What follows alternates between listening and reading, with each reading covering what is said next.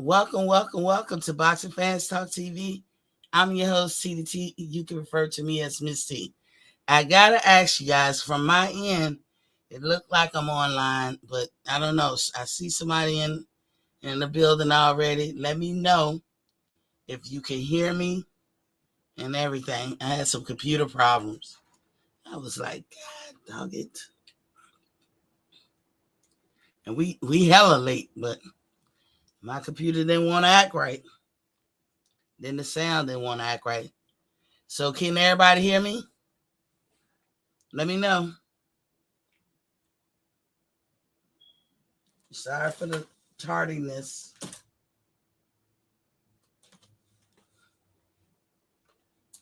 Believe me, I was trying.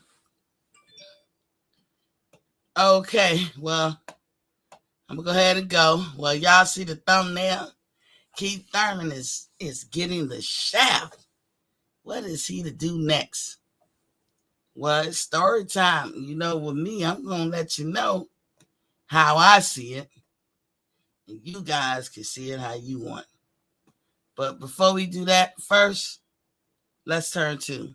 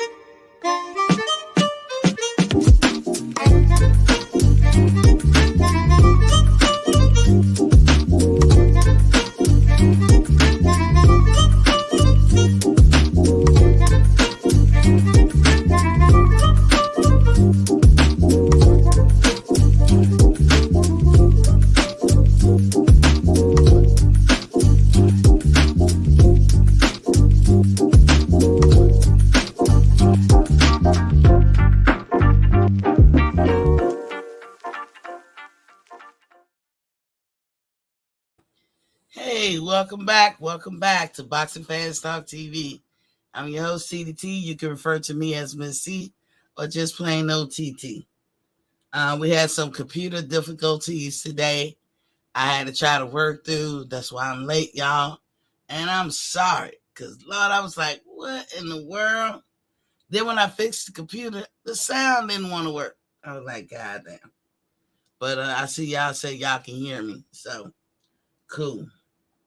But y'all know what I do at the top of my hour. It's a water check. Y'all know I reached my benchmark, my usual 10 bottles of water at this time of night. Y'all know when I get off the show, I'm going to drink some more water. And I do 8-ounce bottles of water, that is. But here at Boxing Fans Talk TV, we advocate that everybody drink at least 100 ounces of water. We know that people are not big water drinkers. So I know, if you one of those people, then at least twice a day you should drink, that we're gonna advocate for. And that's first thing in the morning before your toes hit the ground, before you get off into your morning routine. You should drink at least 8 ounces of water. It should be on the nightstand, waiting for you to open your eyes. 8 ounces, man, that's just a cup. You should be able to drink room temperature water. But me personally, I like my water cold. I have a mini fridge in my room. It doesn't, I repeat, it doesn't hurt my pockets when the electric bill come in. If it did, I tell you, it'd have went in there 1 month and been out of there the next month. But it don't. It don't really. They got the little mini fridge, just like a square box that could probably look like furniture or something. Like, I don't know. But I got the mini fridge that's waist high, and like about 36 inches tall, right? And I keep a couple of refreshments, and my family loves it because it saves us from going downstairs, trekking to the kitchen. And once you get in the kitchen, that's a whole another ball game. Then you can be like pulling out leftovers. Or you can be like, shit, while I'm here, I might as well. So we keep the mini fridge upstairs. Like I said, don't hurt my electric bill none. The second time you should drink water, if you're not a big water drinker, is at night before you go down for the night, for your final night sleep, after you get out the shower or, taking a bath or get out the tub, throw your pajamas on, you get off to the bed. What you gonna do? You don't just hop in the bed and boom, you sleep within seconds. No, you read an article in the magazine, or a book, a passage in the book, or you watch 1 or 2 programs on TV before you go to sleep. Now, even the American Heart Association agrees this is perfect. This is perfect when you should drink your water. A lot of shit going down in the deep sleep at night when you finally do lay it down. And you need some water to help things go along. As I say, water is a life sustainer. It helps things move efficiently and smoothly and in a timely manner. So, think about that when you drink it at night. And that's also 8 ounces. Have it ready. Drink your 8 ounces. If, read your passage in your book or watch your 1 or 2 programs and then, go to sleep. And guess what? A lot of reads are going down when you're in your deep sleep. Revamping, recharging, rebooting, recleaning, recreating, and just a whole lot of reads. And all of that stuff needs water. That's a lot of transactions going down in the body, and it needs water. Another fun fact, the average person, the average human burns between 900 to 1,000 calories at night in your sleep. That's why sleep is important. And I was like, wow, but that's a lot of calories. But I just told you a lot of work is being done in your sleep. I mean, Lord, that's amazing if you think about it. All that work is getting done. That's why it's need that. That's why it's burning that many calories. That's why you need water in your life. And then, it's gonna help you. Like I said, my thing is always move efficiently, in a timely manner, smoothly, and all that, so you can get great results. Getting your body prepared to move stuff. Move. The word move, movements. Anyway, drink up water. Don't be a fool and be dehydrated. And it doesn't matter if it's winter, summer, spring, or fall. You drink the same amount of water. And it does the body good. So that's my spiel on the water. I see your T-Word. T-Word in the building. He says 75% of my body weight every day. That's what I'm talking about. There's a lot. But the formula says half your body weight in ounces of water. You know what I'm saying? So if you weighed 100 pounds, that means at least at a minimum, you should drink 50 ounces of water. But I'm here to tell you that as an adult, every adult can drink a gallon of water. That's 128 ounces of water. Every adult can do that. But here at Boxing Fan, we say, hey, let's just shoot for 100 ounces. Trust me, you get on that time and see how you'll notice a difference. You'll notice a difference in your skin, how your hair growing, your nails. You're going to notice a difference if you've never been drinking water like that. It's a lot of people, shockingly, especially Black people. All the problems you can have in your life, why being dehydrated is one of them. Why lack of water is one of them. I don't know. And this should be an easy fix.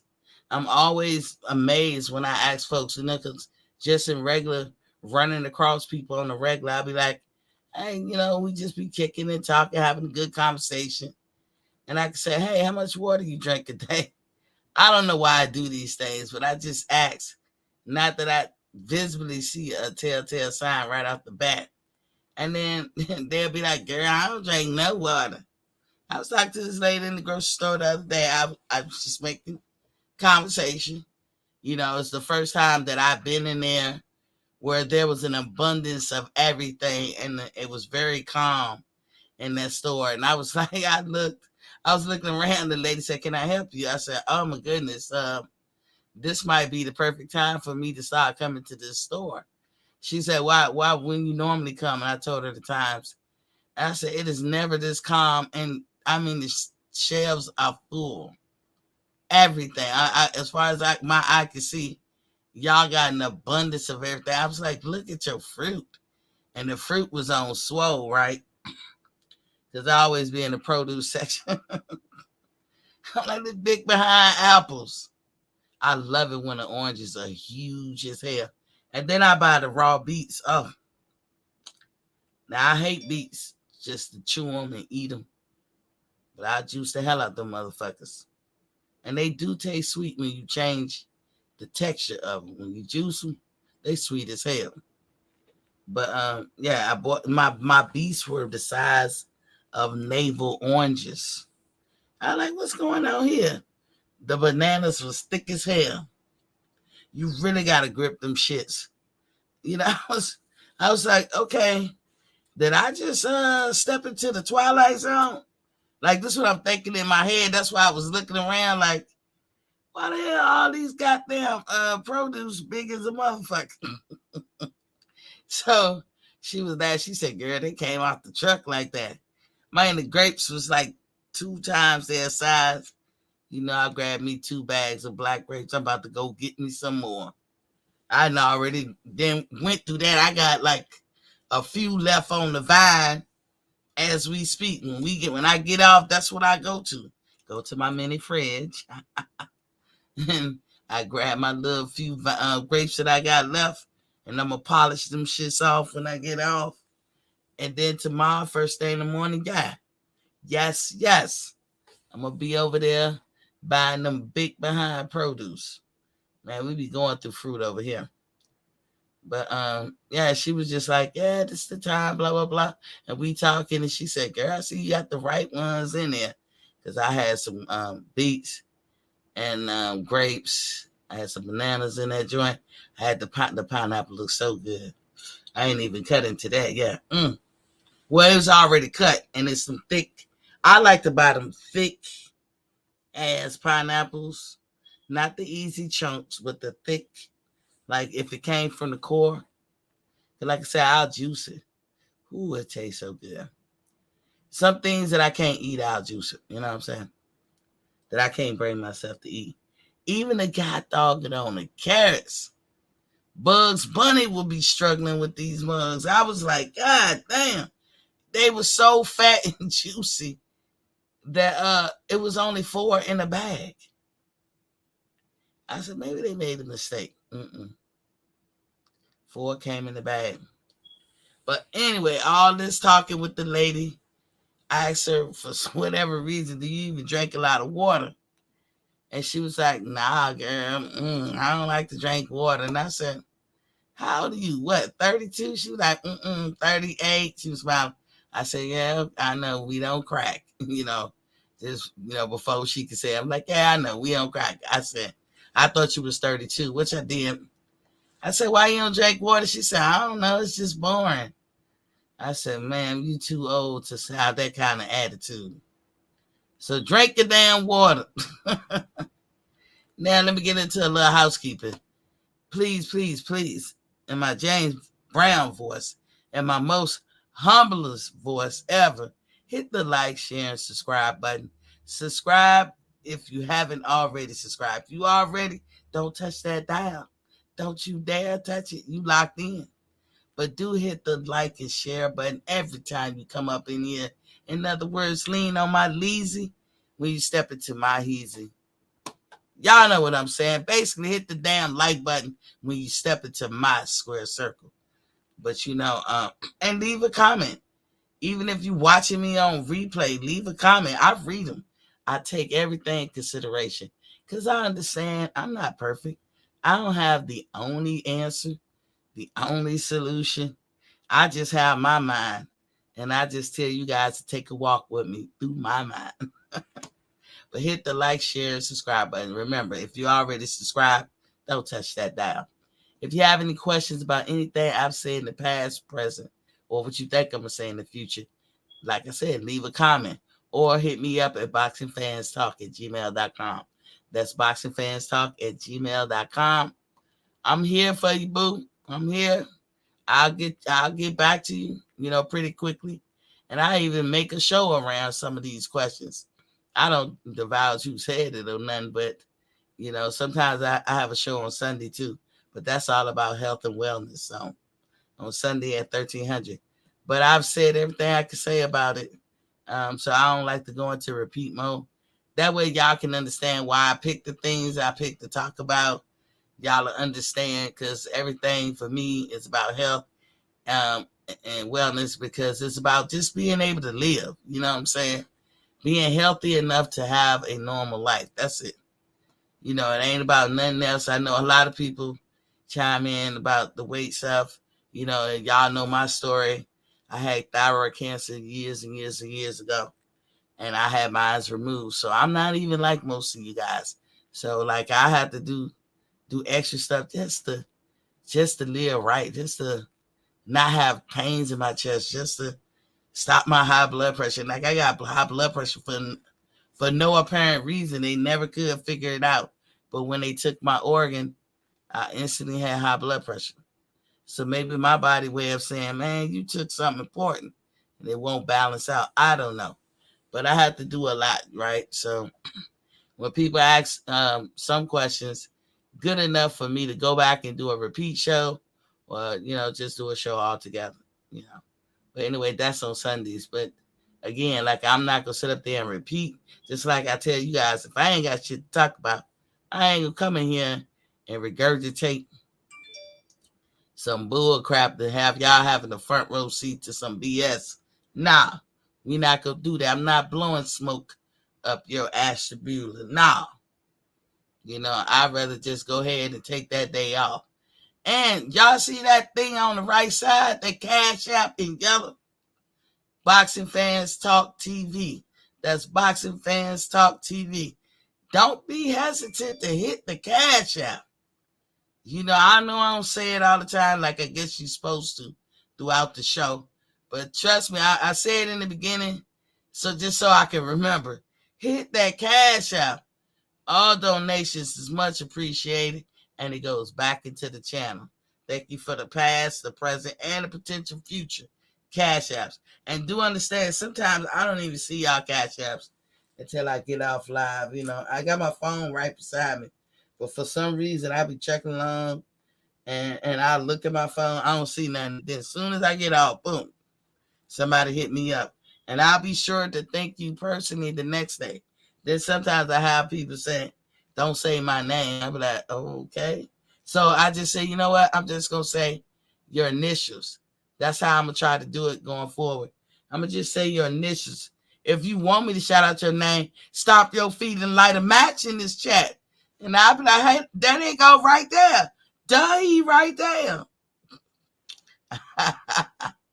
I will just stop your feet and light a match. Say, call my name, goddammit, and I will. But I appreciate it and everything, because so like I said, y'all, I don't know, I can be in like offline for like a couple of minutes, 5 minutes or something. Here come a Cash App. I was like, goddamn. But anywho, thank y'all. Sir Antbo, welcome to the building, King. He in the building early. I see you. And what's poppin', T-word? Loud and clear. He said loud and clear. We was doing a mic check. I remember the fight said 75% of my body weight every day. T-word said facts. Get that, what is that? Dinginess out their eyes. Genus. Look, I might be saying it fucked up. Dinginess. Wipe the cold from the eye. Let me see who paging me and why. It's my nigga. You know, I always like to break out into old school raps. Forgive me. T-Word said, laugh my ass off. Our money is in the building. Was Poppy King said, Miss T. T-Word said, yeah, them raw beets are a no, is a no unless you juice them with citrus. Yeah, you know what, T-Word? They are so good juiced that it wouldn't matter if I put an orange in there or apples. I just bought a bag of oranges today. You know, I keeps oranges in my house. You better believe that. But yes, when you doing with the vegetable, if you gonna, it's the reason why I juice is because you got to get your intake of vegetables. You just got to, right? And so the only way I can do that is to juice it because I'm not gonna eat that shit. Not raw. Put some ham hocks in the pot. Put the you know what I'm saying? I ain't eating that shit raw. But that's the best way to eat it. As soon as you cook vegetables, it loses its nutrients, it loses its power, the stuff that you want to eat. You know, the vitamins and nutrients or whatever's in it, it loses that every time you cook it, even if you steam it. But when you eat it raw, you getting everything, right? That's the best way to eat it. But see, I know myself. I ain't eating them shits raw. I don't even like carrots. But I can eat carrots in anything cooked, I've noticed. When I make pot roast, I put carrots in them joints. And I eat it then. But either it's, I don't like carrots, that's because they hard. I don't know. But I won't eat it raw. But if I juice it, carrots is another one that when you juice it is sweet as hell. Beets, you know, my mama love to eat beets. They're like people who eat cranberry sauce. How the fuck y'all eat that shit? Ugh. Now I like grape jelly, but that's it. I don't be venturing with the different flavors of jelly. But like to me, cranberry sauce put me in the mind of that. Grape jelly or whatever. Ugh. And beets, and I can't eat them shit. But my mom used to make us beets all the time. And she used to be like, call me up. She'd be like, girl, come here. Look. And she'll be holding like the 5-pound bag sugar over. She be just pouring in there. Look at all the sugar I'm putting in there. It's good, I promise you. And I be saying in my head, I still ain't eating it. But I'm looking at mama like, yes, okay. But in my head, I'm like, I ain't eating that shit. I'm not eating it. You will never. In fact, if you try to keep trying to feed me beets, as I got older, I never said this to my mama, of course. I ain't crazy. But to any adult outside of my mama that tried to feed me beets, I consider it an act of war. I'm like, you really don't like me, do you? You trying to give me these shits on the slide? I gotta watch you.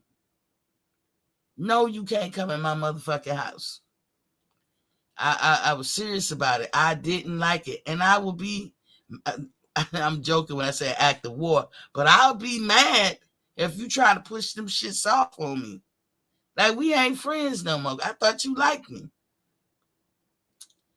You get older, you know, those things you didn't like what your mom tried to give you. And you like, that's the beautiful thing about becoming grown. You ain't got to eat shit no more that your mama was making you eat. You could put your damn foot down. You know what I'm saying? He said, yellow eyes. He said, yeah, I guess the carrots are good for your eyes. Yeah. Mr. Warren is in the building. Was popping. He said, salute, Queen. Salute to you. He laughing over there. Yeah, but then one day, I was like, okay, you got too many I can'ts. And I don't even like to use the word I can't. I can't eat this. I can't eat that. So I just said, okay, let me juice it. See how it tastes. What I found, what I learned, that carrots are sweet. when you juice them. Beets are hella sweet when you juice them. So T-word, I don't even have to, go through what kind of fruit I'm gonna do, because the fruit serve as a it's a taste thing. You know what I'm saying? Because you juice all vegetables, it ain't gonna taste all that hot. But I put the apple or the orange in there, to give it some kind of flavor that I can digest. As a matter of fact, I got some green juice over there right now. But my next juice, I like I said, I love making beet juice. Love making it. And beets are good for your veins and arteries. It clears them out. It removes the plaque. It's an antioxidant. It cleans it out. Man, all of us need that in our lives, right? It's gonna make y'all blood flow real good, huh, fellas? Huh? What you talking about, huh, fellas? Make that blood flow good. But anyway, let me get into the program. So, as y'all see the thumbnail, Keith Thurman is getting the shaft. What is he to do next, considering it ain't really up to him, right? So, what's next for Keith Thurman as far as his career? So, let me tell y'all this story. That Miss T, the storyteller, tell you this story. Y'all walk with me. Y'all walk with me in my mind, all right? Well, once upon a time, Keith Thurman, who was a champion at the time, I even believe he was unified, was at the top of the pack. He was top of the 147 division. It's the top of the pack. The creme de la creme, right? He was constantly at that time calling out people. Y'all remember the old Keith Thurman? Don't duck me, son. Don't duck me. Y'all remember him? That's when we was in love with Keith Thurman. Well, I'm going to speak for myself. I was in love with Keith Thurman. I think I'm going to say for y'all like Keith Thurman, but I was in love. I like, okay, I hear you calling. But he was constantly calling out folks. And one of the people he was calling out on a regular was Floyd Mayweather, who was still an active fighter at the time. And he had a valid reason to call out Floyd Mayweather.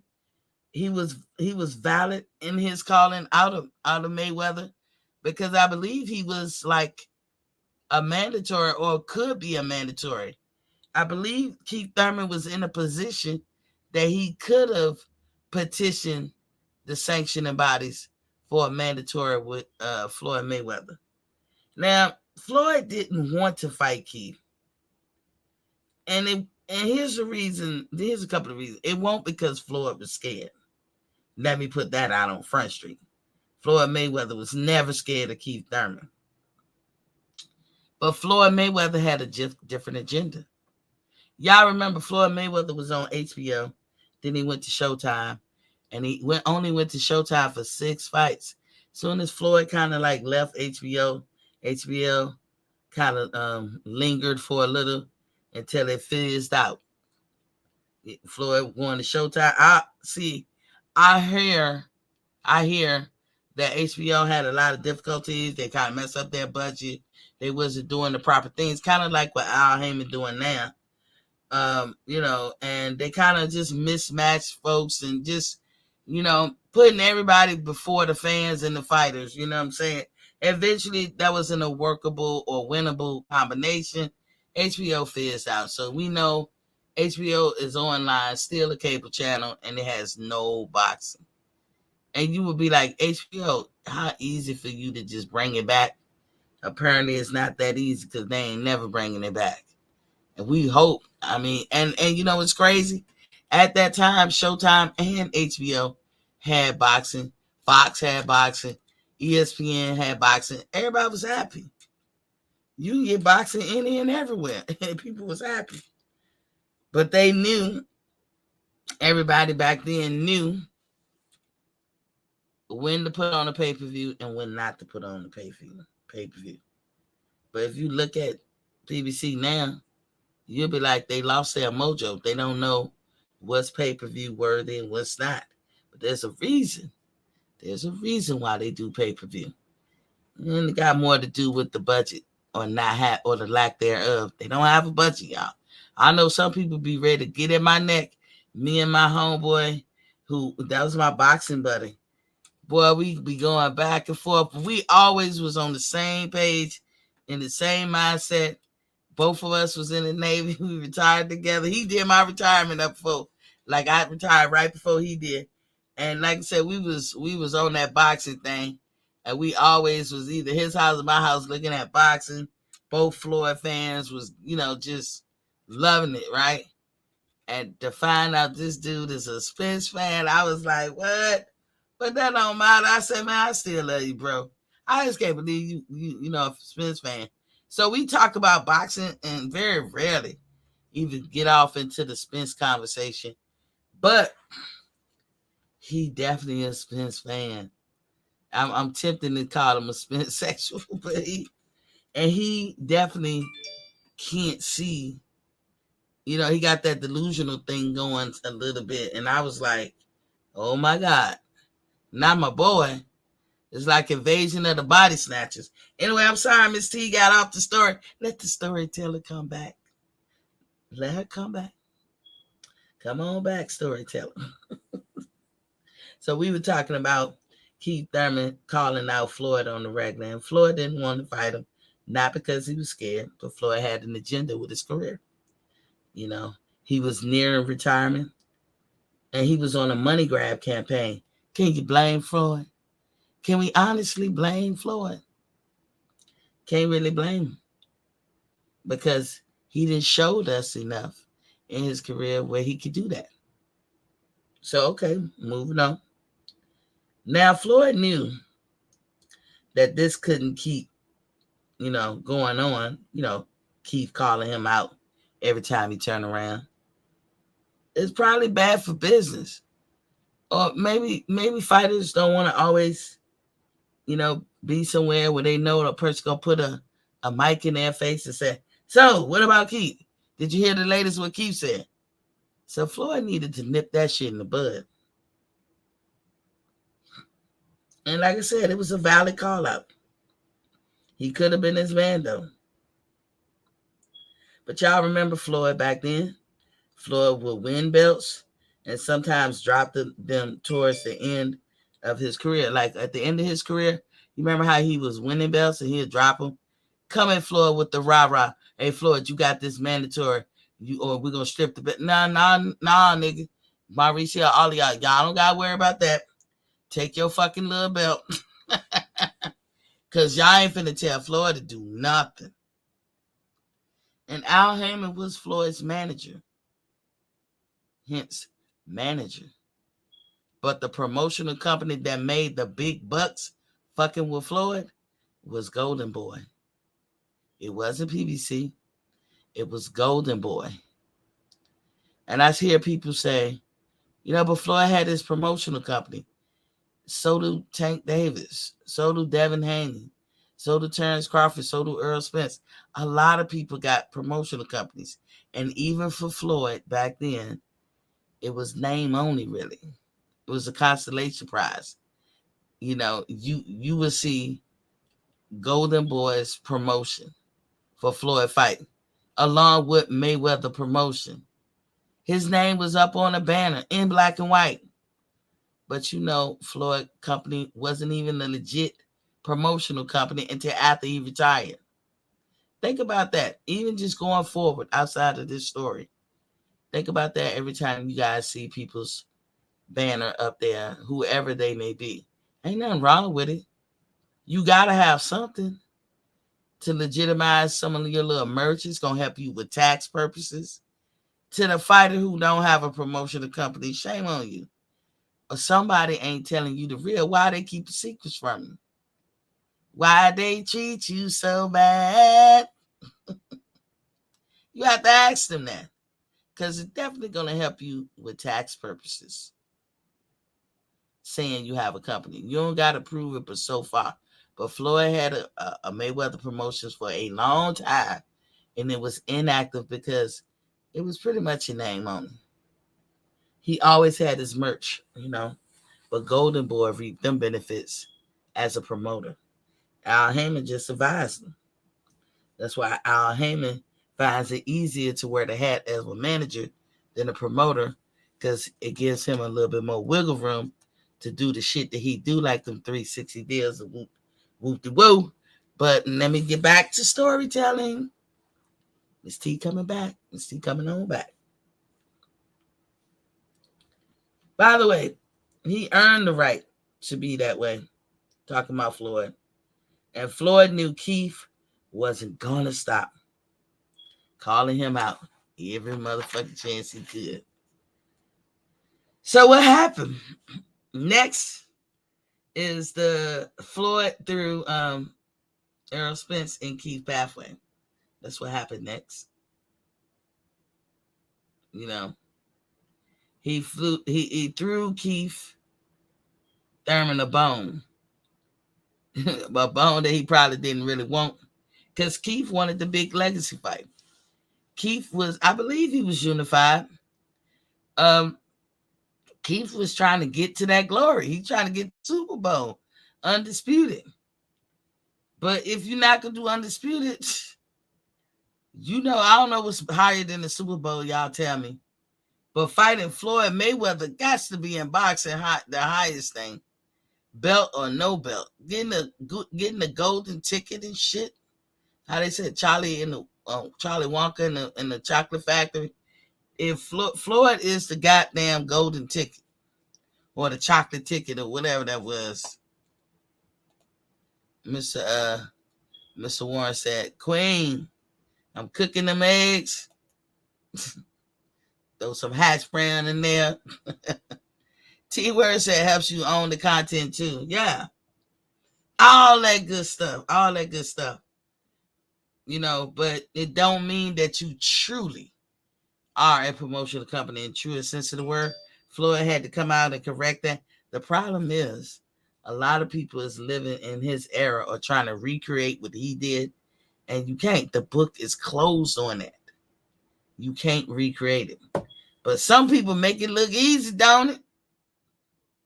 And that's why I'm going with this. So, like I say, he threw him in the pathway, basically saying, here, Keith Thurman, fight this dude. His name Earl Spence. Instead of fighting me. As I already said, and let's be clear, Floyd Mayweather was not scared of Keith Thurman. But he needed to distract him. He needed to keep him occupied. And Earl didn't mind, because Earl was relatively new on the scene. Didn't nobody know him. Y'all think about how y'all knew Earl Spence. Earl Spence was introduced to the world collectively on a higher scale because of a sparring session with Floyd Mayweather. Earl was finally new.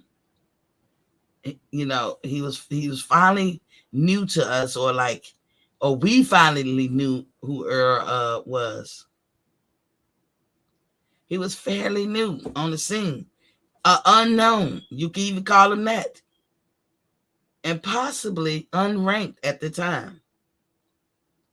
So naturally, what's a dude to do like Keith Thurman? If Keith Thurman is so high up on the like a top tier that he's calling out Floyd on the regular, and I'm telling you, it's a valid call out. You know, Keith could have been Floyd's mandatory. If Keith is up that high, why would he look at somebody like a Earl Spence, who was pretty much unknown? Probably won't rank. If he was ranked, he wasn't even in the top 10. Why would somebody that high up look way to the back of the line at Earl Spence? Now, there's two reasons that Mayweather could have did that with Earl Spence. One, to keep Keith Thurman preoccupied, which I think was one of the reasons. But why would Earl Spence go with that? Because, two, it only helps him in his career. A lot of this young generation, just young people as in general, they want something fast. A lot of people want something for nothing. They can't be happy with, okay, I'm going to pay my dues for 5 years and then I'm going to be on. A lot of people be like, no, I want mine yesterday. He'd be like, nigga, you just started fighting. But I won mine yesterday. And Earl Spence, he got that bad. Along with a lot of us. We are all in it. It's a cultural thing with us now. Talking about Americans. So I ain't putting it down Earl Spence when I say that. But like I said, naturally, Keith Thurman was like, what? Whatever. And he should have said, whatever. Like I said, that's what you call going backwards.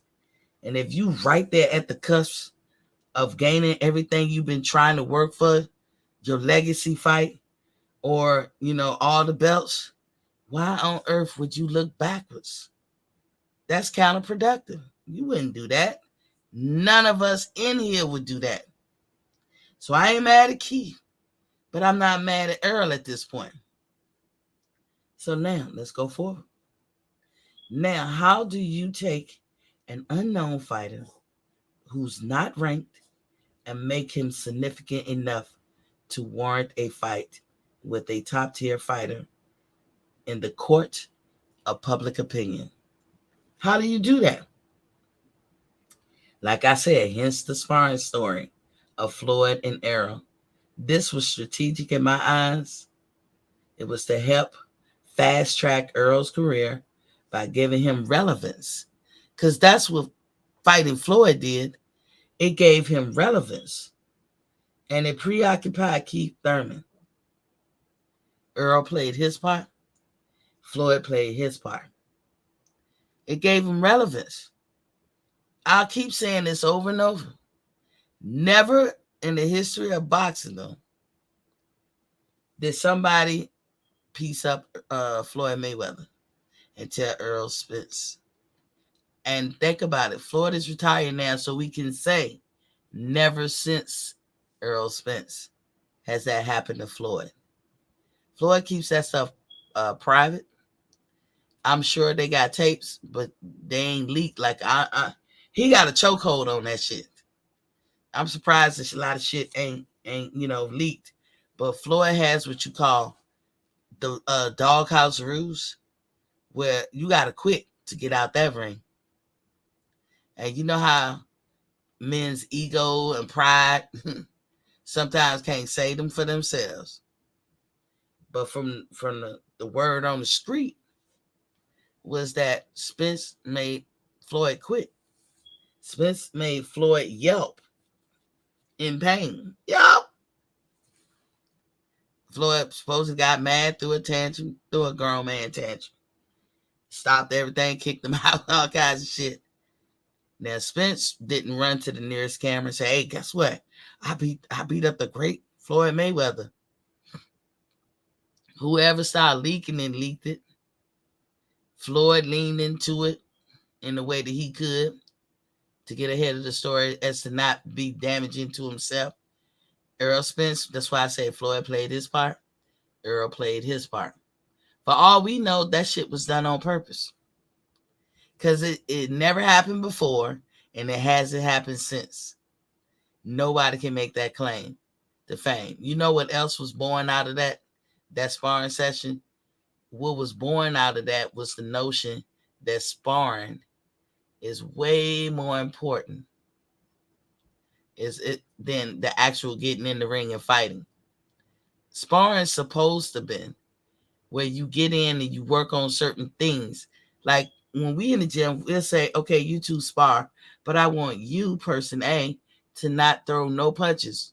But I want you to keep your guard up, stay in the proper stance, and I want you to move and slip punches. But you, person B, I want you to keep at them, keep at them, keep at them. And we're going to do that for 2 or 3 rounds. Because what are we working on? One, there's like a couple of good works that's going to get out of that. The person throwing a punch, I'm going to have them balls to wall, keep coming at the person. Don't give them a break. So you're going to learn stamina. You're going to learn how to keep coming at somebody. The person that I'm saying don't throw a punch, you're going to learn how to slip till this shit becomes second nature. Keeping your head off the line, move around, learn how to spin the person in the corner, all that good stuff. That's what sparring's supposed to be. I ain't telling the person throwing a punch, try to knock his damn head off. I'm like, keep his ass busy. That's what sparring's supposed to be. But now sparring is like the real motherfucking fight. You got people willing to pay to get a glimpse of some sparring sessions. It's getting out of hand, but it was born out of this era right here. That's when sparring became something bigger than life. And it shouldn't be. Sensory Picture said Floyd dismissed Keith because there was no money in it. Keith dismissed Errol because there was no money in it until he fought Mikey. He chose Manny instead of Errol. He said, "You're correct. Floyd made Errol." He said, and it never happened. It never happened. Like what? Sensory. They didn't spar a doghouse. That's what the rumors say. Errol was Al's next up. And remember, you were talking about a Errol who just got embarrassed by Gary A. Russell. Okay, I don't know that story, so do enlighten us, Sensory. So let me see, get back. Let the storyteller get back to the story. So this kicked off the back and forth between Errol and Keith. Initially, Keith gave Errol a no, he was not relevant, and proceeded to stiff arm him every turn he could get. Keith was the stiff arming motherfucker. Remember when you used to could stiff arm in football? And I think they banned that shit. But I know growing up, that was a big thing. People love to stiff arm. And when I look back, I was like, hey, man, you could have broke your arm or got your arm thoroughly broke off, but you can't stiff arm. Because people had their arm out as they running and moving and grabbing and moving people, man. Somebody could have jumped on your arm, broke them shits. But I think a while ago they outlawed stiff arming, but Keith pretty much kept Earl Spence at the end of his arm. He stiff armed in any kind of way that he could. Now Earl Spence knew to play. Yeah, Floyd might have threw him out there, but Earl Spence was barking too. Earl Spence was barking at his heels. Yeah, nigga, let me in. Let's get at it. Which it had to be frustrating for Earl, but he maintained his composure for a while. And so what I mean by that, it was frustrating trying to get his Keith, but it was probably frustrating also to keep the lie, as Sensory would call it, like it didn't happen, or the truth, or whatever happened in that sparring session. The world will never say, or they can't say they know, because ain't nobody gonna show you the tape. These are the rumors. But I'm sure every time they stuck a mic in Earl's face, that's all they wanted to talk about. That dude had to tread lightly and carefully, because he don't want to get off on saying some bullshit that really could send Floyd over the top, because we know Floyd is a conceited, arrogant, egotistical type person. All of those qualities are not always good outside the ring, but it made him the fighter he is in the ring. And y'all know Floyd got a big ego. So in my head, Sensory, I was asking questions like, if that sparring happened, people leaked that out, Floyd would really snap and be like, nah, nigga, run that back. Fuck it, get you next. Sign of Leonard, make the fight. Floyd didn't do any of that. But Earl knew what to say and how to carry himself, not to agitate Floyd. And every time they ran that time that rumor was out, I became interested in Errol. That's how I knew of Errol. And every time he was somewhere where they could interview him, you know how quiet he was, and he'd just smile. He'd change the subject. He never really outwardly, hardcore confirmed it or denied it. But, it was like, yeah, just real easy going and shit. And I'd be like, man, say something, nigga. He was too quiet for my taste. But I remember those days. Sensory said, my fault. It was Boots who Gary Russell embarrassed. Oh, you got to tell us about that story. So let me complete my story, though. Earl was under the notion of, I get more flies with honey. You know what I'm saying? He didn't try to besmirch or assassinate Keith's character, especially in public. Not that much. He damn sure watched what he said when it came about to Mayweather, because people kept asking the question, and they let him ask the question till they get tired of it. But as Earl is coming up, remember, so what? Mayweather threw you in my pathway. This is what Keith thinking. You're not a relevant fighter. You're not a top tier fighter. I didn't go through the gauntlet like what I just did, just to look back and pull you up. Fuck you. I don't care what you think and what Mayweather think. Do y'all think that that's an unreasonable way to think of it? I don't. Moving on. Now, real boxing fans and Keith fans understood his position and what he was doing. Earl was rather quickly gaining a following. He's becoming more popular. Think about it. Like I said, he the first ever to piece Floyd up. And ever since that happened, he's the first and last. Because it hasn't happened since. You have never heard of it before, and you haven't heard of it since. So, Sensory, you might have a point that it's all smoke and mirrors. Because one, we don't have proof. But this is a story that both of them was willing to take. Did it work? Did it do its job? Yes, it did. Because Keith Spence, we noticed a shift in his attitude, his mood, his stance, his bravado. Since that, sparring boxing culture has shifted too, giving more credence to sparring. If you don't believe me, look at the recent informational talks that Tank, Shakur, and Haney been talking about. Who hurt who in sparring? Why does that matter? That never mattered before. But it all started with the Earl Spence and Floyd Mayweather debacle. That's when the culture shifted. Because of this, Floyd was able to inject Earl into the equation to shut Keith up. That was also probably part of the agenda, and it worked. Keith couldn't go nowhere without someone asking about Earl. That gotta be frustrating as hell. You keep walking around, motherfucker, what about Earl? What about Earl? Kind of like what Earl and Bud Crawford is going through now. Earl did a Fight Hub or Fight Hype video recently. I just watched it today. It was funny as hell because he tries to walk fast. He's trying to get to his room. He don't want to be talking to these people. They got the cameras in his face. You know, the shit that normal quiet folks got to get used to deal with the media just to help their career. He can't be dismissive. But, you know, we was talking about how Bud didn't say anything about Earl really at the end of his fight. I guess they be going through the same mood swings because Earl didn't say anything that led you to believe, like, yes, Terrence is next. Yeah, he's was the, I don't know. We'll see. He back to that. But, you know, mood swings, ebbs and flows. We just humans.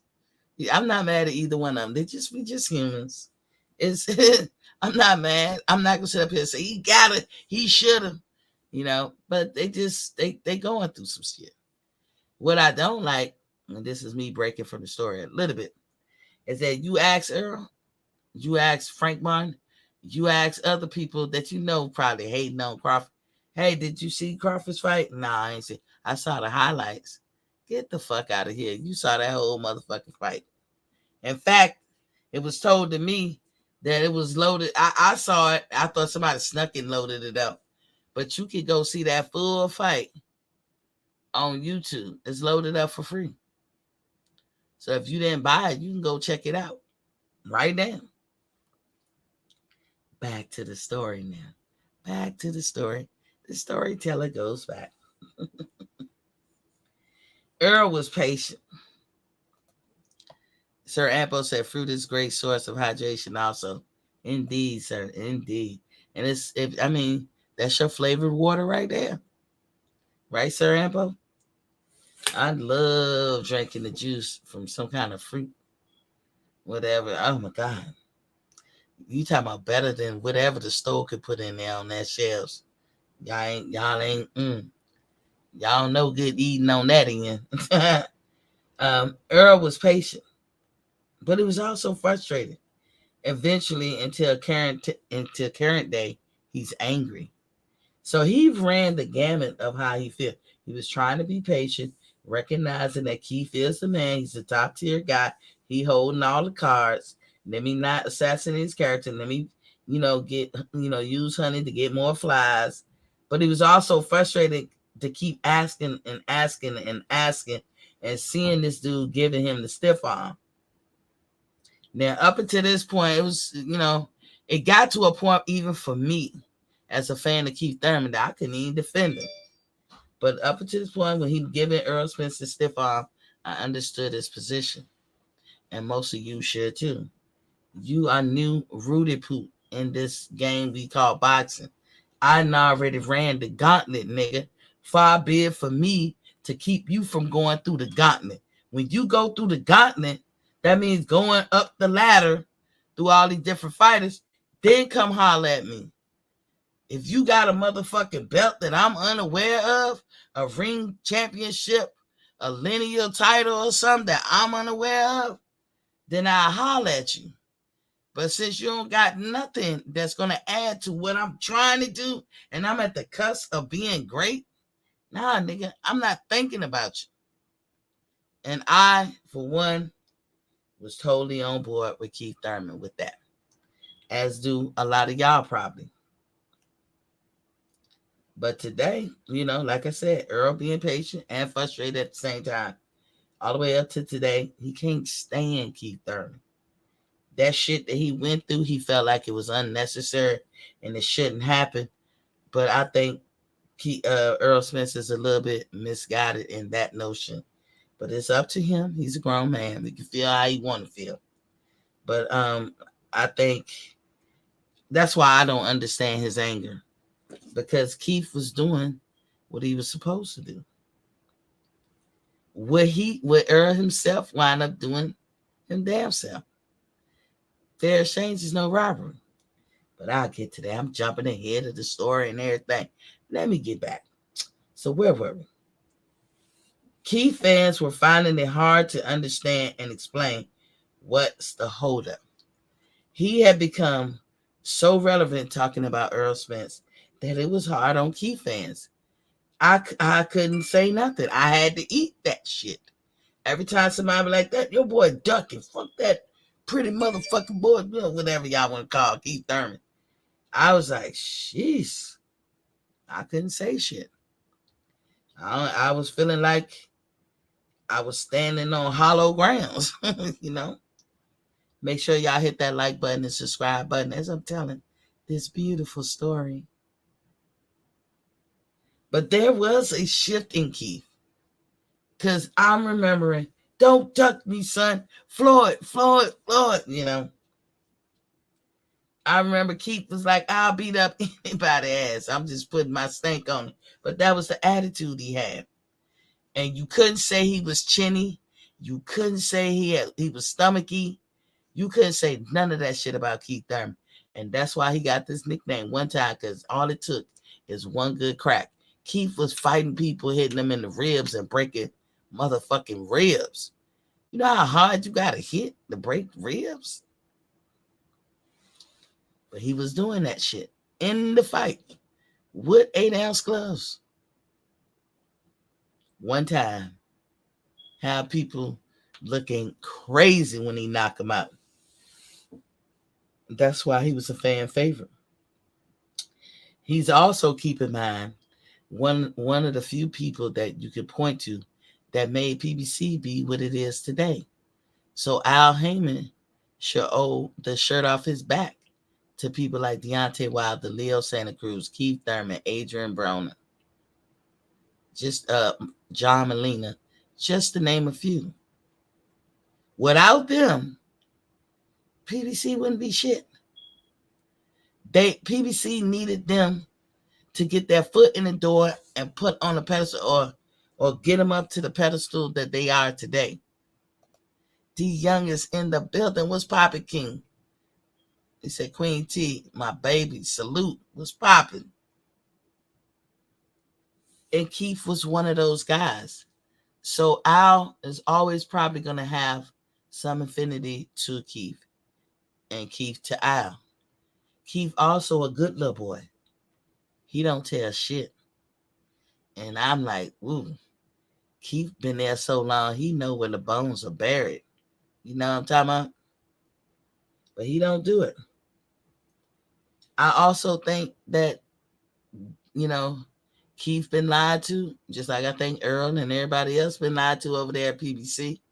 I think that Keith had fights where Al withhold some of his money and probably reinvested it back in the company, talking about you're going to come out great in the end. But I don't think PBC is a publicly traded company. I think they do take money from investors and hedge funds, and that's how they do their fights.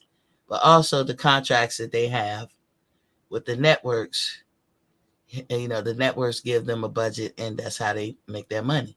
Not that Al, comes out of his pocket, or Floyd. As Floyd always said, I'm PBC and PBC is me. And Floyd, these are relevant points. And Floyd always say, you're not a promoter or you're not your own boss if you can't invest your own money. And he makes a relevant point. But I think you got promoters like Bob Arum, who's worth $500 million. And Bob got the money. He can put it up. But Bob don't put up money neither. If you start that train and you get on that train of always putting up your own money, even though you get a return on your investment, you make your money back and then some, you don't want to get on that train. You spend other people's money. That's how bosses do. They'll spend other people's money. But just in case something happened, can you front it? Because sometimes you do have to spend your money. On them weird occasions, you do have to spend it. Can you handle that? So that's what being, your own boss.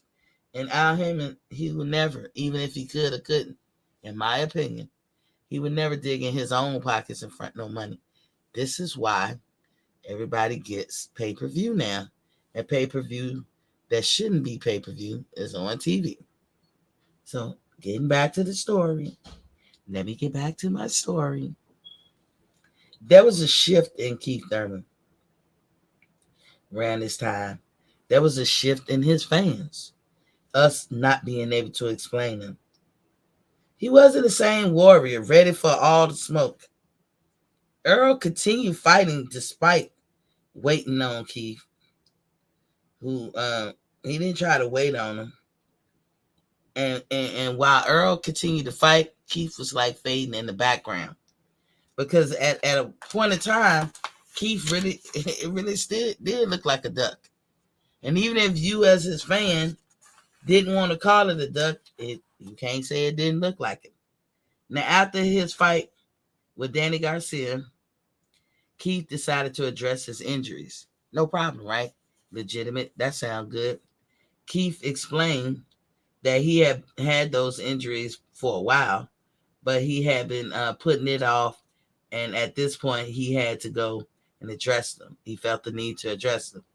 And that's what boxers do. They always say boxers never really come in 100%. They got injuries that they might have had 2 or 3 years before, but you have to keep moving, keep trucking. When you get an opportunity, you have to seize it. But, at one point, because you're a human and you're not a machine, you're going to have to stop and address some injuries. And that's what Keith was doing. So I'm still hanging in there with him. I don't drop you off too quick. I'm hanging in there. A lot of his fans are hanging in there with him.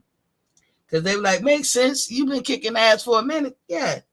Training time out. Go get your injuries fixed. By now, even his fans, though, like the most casual fans, they felt it was an elaborate duck. A lot of people thought it was a duck. Mainly Earl fans. And he was gaining a following really quick. And his fans and other fans that you could call casuals. But the true hard Keith Thurman fans were like, oh, okay, address your injuries. Now, what happened? Moving on. Keith had elbow surgery, and Earl was patient for that. Then he had hand surgery right after the elbow surgery, and Earl was patient for that. Then the infamous car accident. Y'all remember that shit? Where the airbags deployed and he suffered whiplash. Y'all remember Keith Thurman had this infamous car accident. And I call it infamous because what was said, they made the man feel like he was being interrogated. He had to show the accident.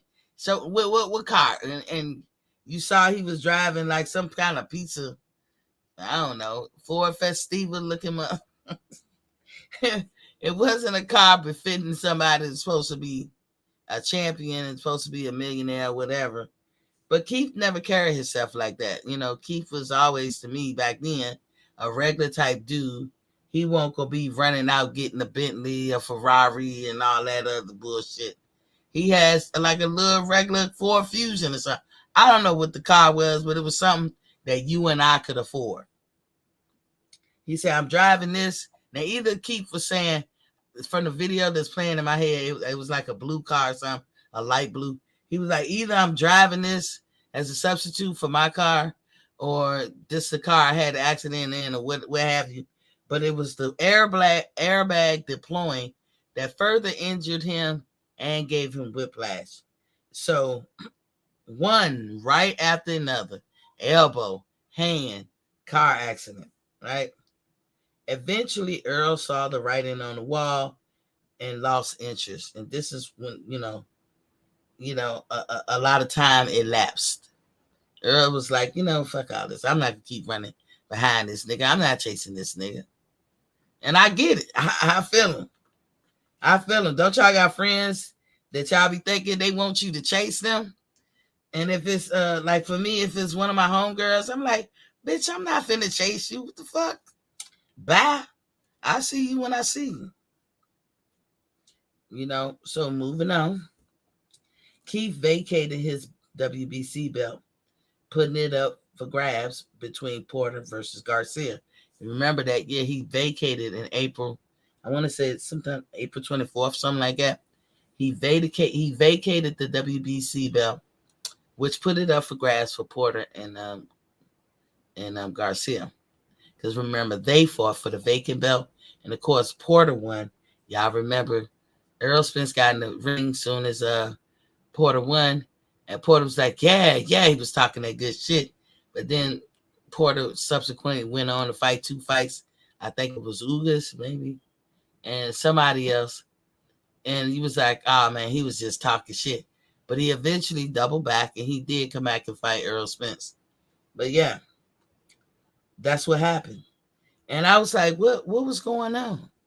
See, a lot of shit that Keith was doing, I privately had questions. I wasn't putting them on blast in the public, but I didn't even have a show then, but I was quietly asking questions like, well, why would he give up his belts? What are they saying in the background? I always thought that he knew that they was about to come strip him with all this layoffs and, I got the elbow injury. Because you got to think, Keith, I got the elbow injury. Let me go fix this. Then I got the hand injury. If it ain't one thing, it's another. And every time he came back with something, that's more time that he was going to be off. So I was like, oh, they got to strip him now. But if you think about it, during that time, they did him a solid because they could have been stripped him. I've seen them do other people for less time being off or being inactive. But with Keith, they kind of was hooking him up. They did him a solid. So the WBC, I guess Keith, being the shrewd business person that he is, or understand the business as he do, he got ahead of it and he vacated the belt. And this is the nugget that I didn't know, because as of late, when y'all hear us talk about Keith Thurman and Earl Spence, what I didn't know until now is that the WBC made Keith Thurman champion emeritus. Y'all know what that is, right? Champion emeritus. So that meant the same thing that they trying to do for Tyson Fury when he keep going back and forth saying he gonna retire. He's just cycling off of drugs, y'all. He's cycling off of drugs, And he need that time because when you say you retired, they can't test you. That's what that's all about. I finally figured that shit out.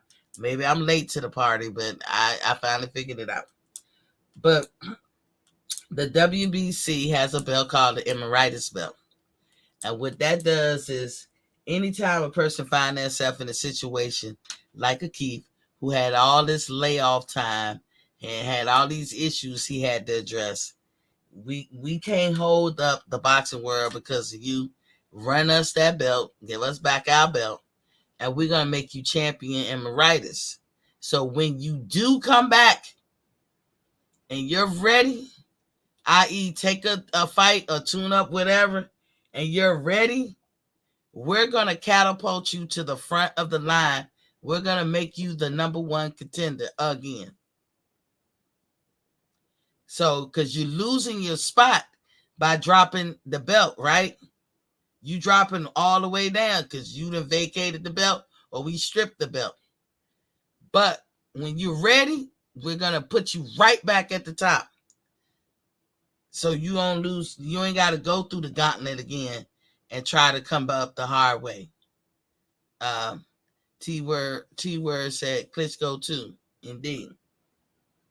So that's what that emeritus belt means.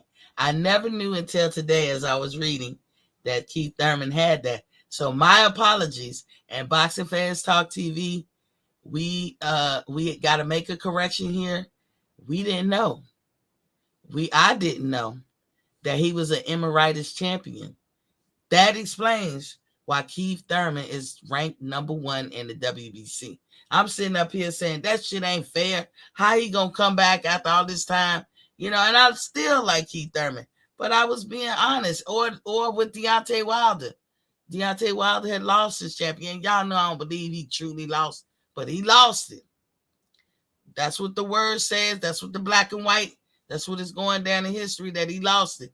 So how did he get elevated back to number 1 WBC rank? So Deontay Wilder, I criticized him and I criticized Keith Thurman, but I was definitely wrong on Keith Thurman because Keith Thurman had an emeritus belt, and I don't know if anybody else knew it, because a lot of people was like hollering about that, like how he gonna get thrown up to the number 1 ranking? It's legit, y'all. That wasn't Al pulling no strings, Mauricio trying to be funny. That's all legit. Keith Thurman trying to be funny, or they liking him better. It was all legit. Keith Thurman deserves and was supposed to be ranked number 1. So let me get through this. Like I said, this explains why they elevated Keith Thurman to the number 1 ranked position in the WBC. Now, getting back to the car accident. Let's get back to that. A lot of his fans, especially Earl fans, believe that his car accident was a lie, another ploy to avoid Earl. Because after that accident, what was the end game? He could avoid Earl.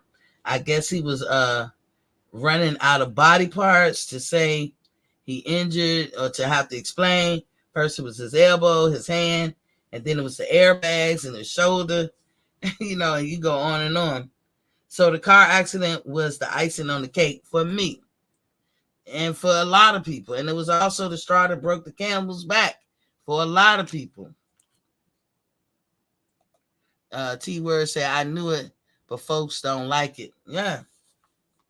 It was the straw that broke the camel's back, right? So I'm like, all right, damn. Here we go. And you know why? Because if you know you had a serious injury, as what they said the elbow was, you knew you was going to have to do surgery. You knew you was going to have time off. And I'm saying this even as a fan of Keith Thurman. You also know the other injuries you got. Now, this is me.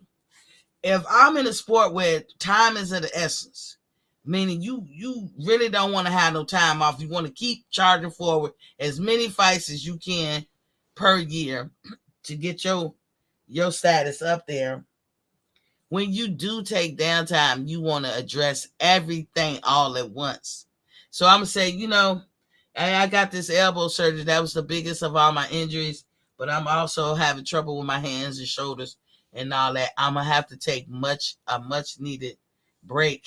to address all these injuries.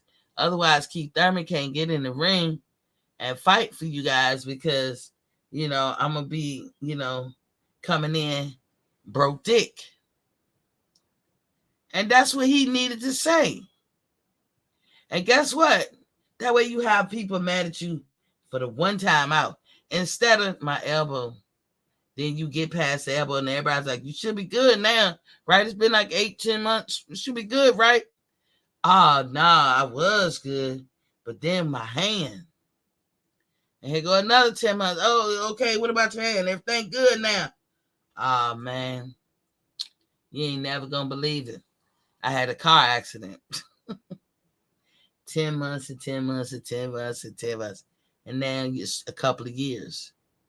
You see what I'm saying? And the whole boxing's supposed to wait for you. You squeeze in a fight or two because you did keep your WBA belt until you face Manny Pacquiao. And all in between the mix and everything, Keith Thurman is living his life. He's traveling. He meets his soulmate, where it's a beautiful woman. And now today they have a kid. He's a father now. But all of this stuff was going on, boom, boom, boom. Everything was being lined up for his personal life. He needed a break. And if you think about it, these guys, these boxers start when they're 8 years old, and it be a serious regimen. Like a lot of boxers who started when they're 8 and 5 years old, guess what? They never really have a full childhood as you and I probably had with all the bells and whistles, because there was a lot of I can't do this, I can't do that, I'm not allowed to do this, I'm not allowed to do that type shit going on in their young years, or I have to forego that, I can't party like my peers, I can't, I got to get my sleep because we got to run 5 miles tomorrow. You know what I'm saying? Moving on.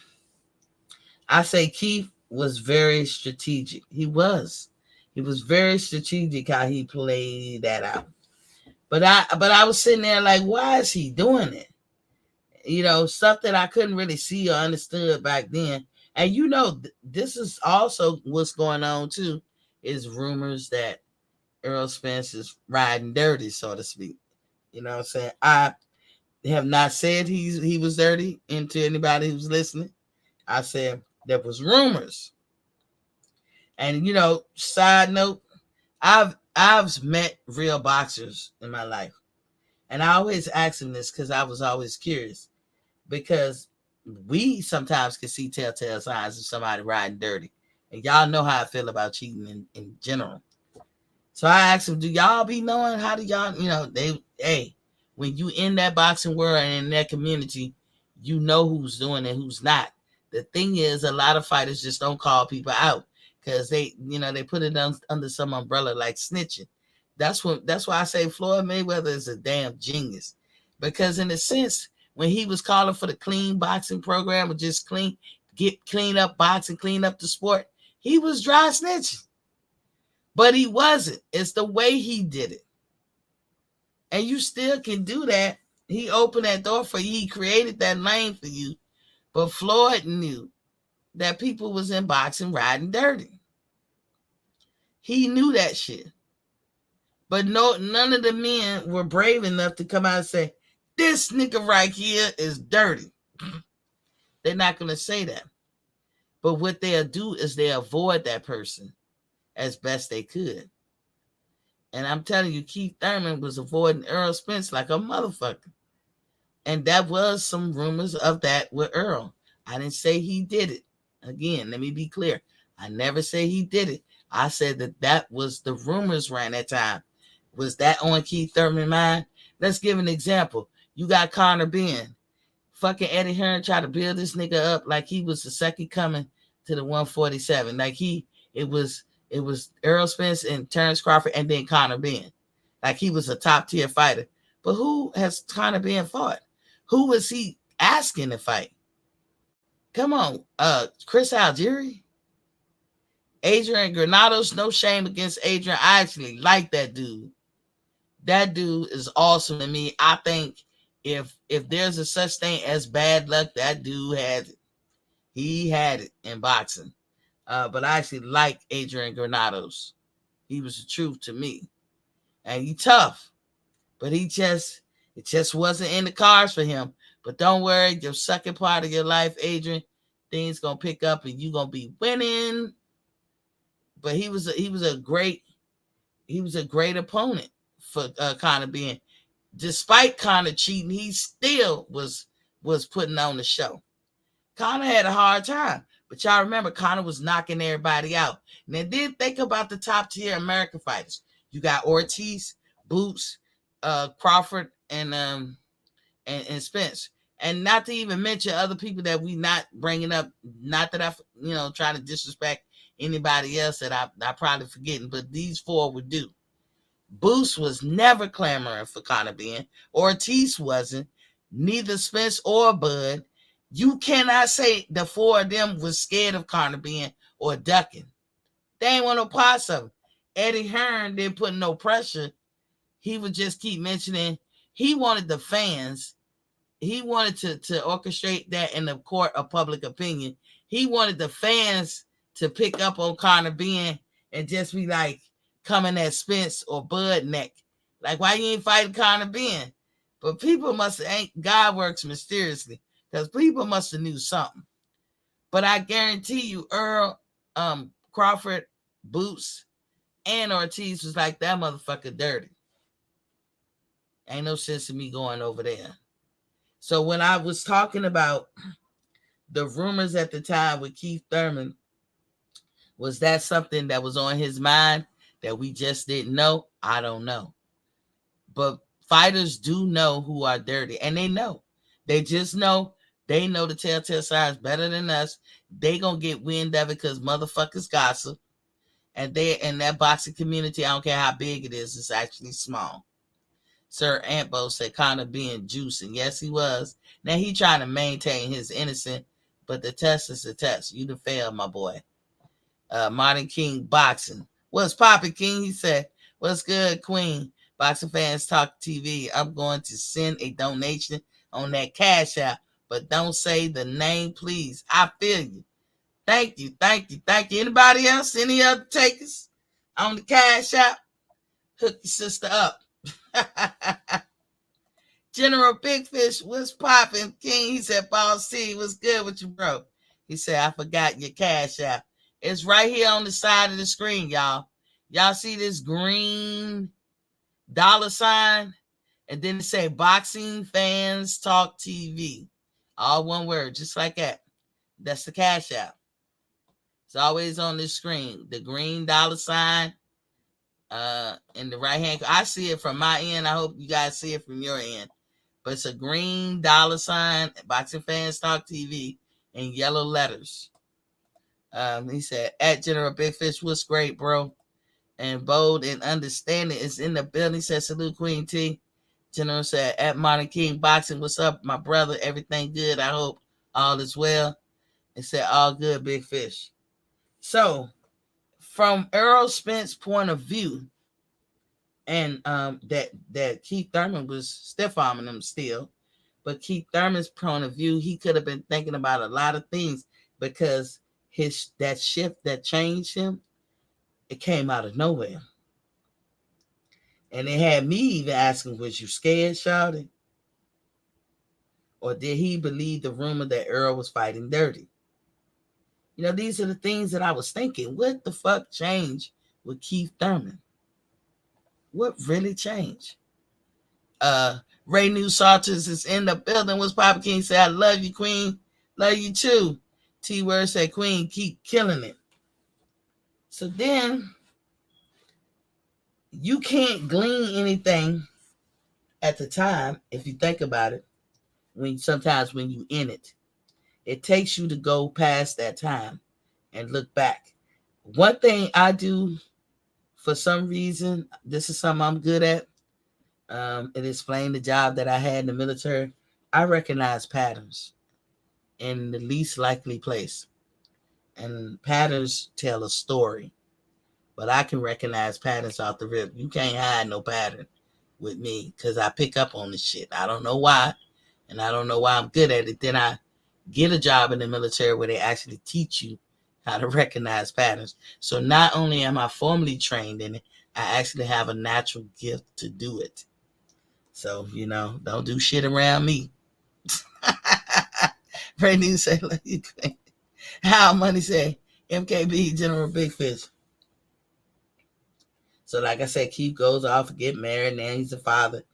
And he faded into the background, and everyone think he is a has-been, that he has no relevance, and Earl has taken his spot pretty much. That's the shift. That's the complete shift. It was shifting, but that is the complete 160. At one point, fucking Keith was the top tier until the shift started changing. Almost like he was scared of Earl. And we was like, you was calling out one of the greatest of all time in Floyd Mayweather. And you mean to tell me just the rumor of it all, of a sparring session, got you scared of this nigga? I'm talking about Earl Spence. Because he definitely shifted. And it just was a moving thing. It was a moving thing. And he did a 160. And by the way, speaking of 160, I hear a lot of people say, man, you did a 360. Cut the crap, y'all. A 360 is a full circle, brings you right back to where you started. You meant 180 or something, or 160. I say 160, meaning you ain't all the way there, but you almost there. You like right there at the door. I hear people say, you did a 360, and I think they meant 180. That shit be having me laughing all the time. Said, my people, my people, my people. Our money, Renew, what's up, fam? And MKB said, Box Fans Talk TV. I sent it. Good looking. Thank you, thank you, thank you for the cash app. I appreciate it. Let me go to it. Let me see. Okay, thank you. I see it. I see it in there too. Appreciate you, MKB. Okay. Yeah, y'all don't hesitate. Y'all getting a good seminar today. Cut a jig on that cash app. But Keith always had his trump card. And his trump card is what I told y'all I learned today. Didn't know before that when he vacated without a fight, because you remember, I've said before, I never even said or heard anybody saying, oh, he's going to get stripped of his WBC. Keith Thurman just willy-nilly gave up his WBC. And that shit looked like he kowtowing, like he's scared, like he just, fuck it, there's a new king in town. Hey, bird, I'm quitting. You know how Snuffleupagus can stand? Hey, bird. Keith just was bowing out gracefully. And I was like, what happened? Keith Thurman knew what he was doing. There was a reason why Keith Thurman was never going to fight Earl or wasn't trying to fight Earl. But y'all got to ask that man. When I say that Earl might have been riding dirty, I'm saying that was the rumors. I'm not saying, because I know Big Fish is in here. And I don't want you to think that's what I'm saying about your boy. I'm saying it was rumors that he wasn't riding dirty and shit. And Keith, for some reason, just changed up on everybody. But Keith, by vacating the WBC and getting ahead of the situation, maybe Keith just wanted a much-needed break. He became Emeritus champion. That's why he has been elevated to the number one spot this year with the WBC. Boxing Fans Talk TV stands correctly. I'm correcting myself for even putting out that, what the fuck, that's not right. They elevated him to the number one spot. That's not right. It was right. And that was Keith Thurman's trump card. Because when you get the Emeritus belt, when you come back, you automatically go back to the number one seed position. That's what that means. So Al Heyman didn't pull no strings. Mauricio didn't pull a fast one. Keith didn't pull a fast one. They not, it's all legit. Which makes Keith Thurman in line to fight Earl Spence for the titles again. All of that shit is legit. And that was his trump card. And Keith took a much needed break.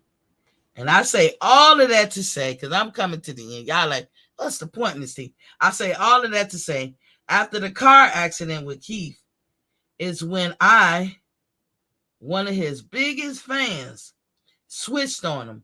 For me, it was the way he went about it. Like I had told y'all, oh, my elbow. All this time passed. Now you ready? You hoping he coming back? Then it's my hand. Fuck. Okay. He goes on a long, even longer time off or something. You know. Then now the hand should be healed. Are we ready for him to come out?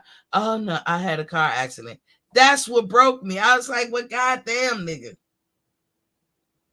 In my opinion, he should have lumped all his injuries into one and explained them. Yes, although my elbow is the biggest injury, I do have hand issues, I have knee issues, I have shoulder issues. And since I'm going to be having this time off, I'm going to take all this time to address all of these issues at once. And it might be a little longer than y'all expect. It's more than just an elbow injury. And guess what? You'd have got yelled at and remarked harshly about one time. Instead of it looking like a pattern. Because that's what it looked like. I told you when I see patterns, I can't argue with that. I see them. Moving on. Now fast forward to today's time and watch the pattern. That worked for Keith Thurman, that car accident. Whatever that end game was, it kept Earl off his back. It kept people from asking him about a fucking fight.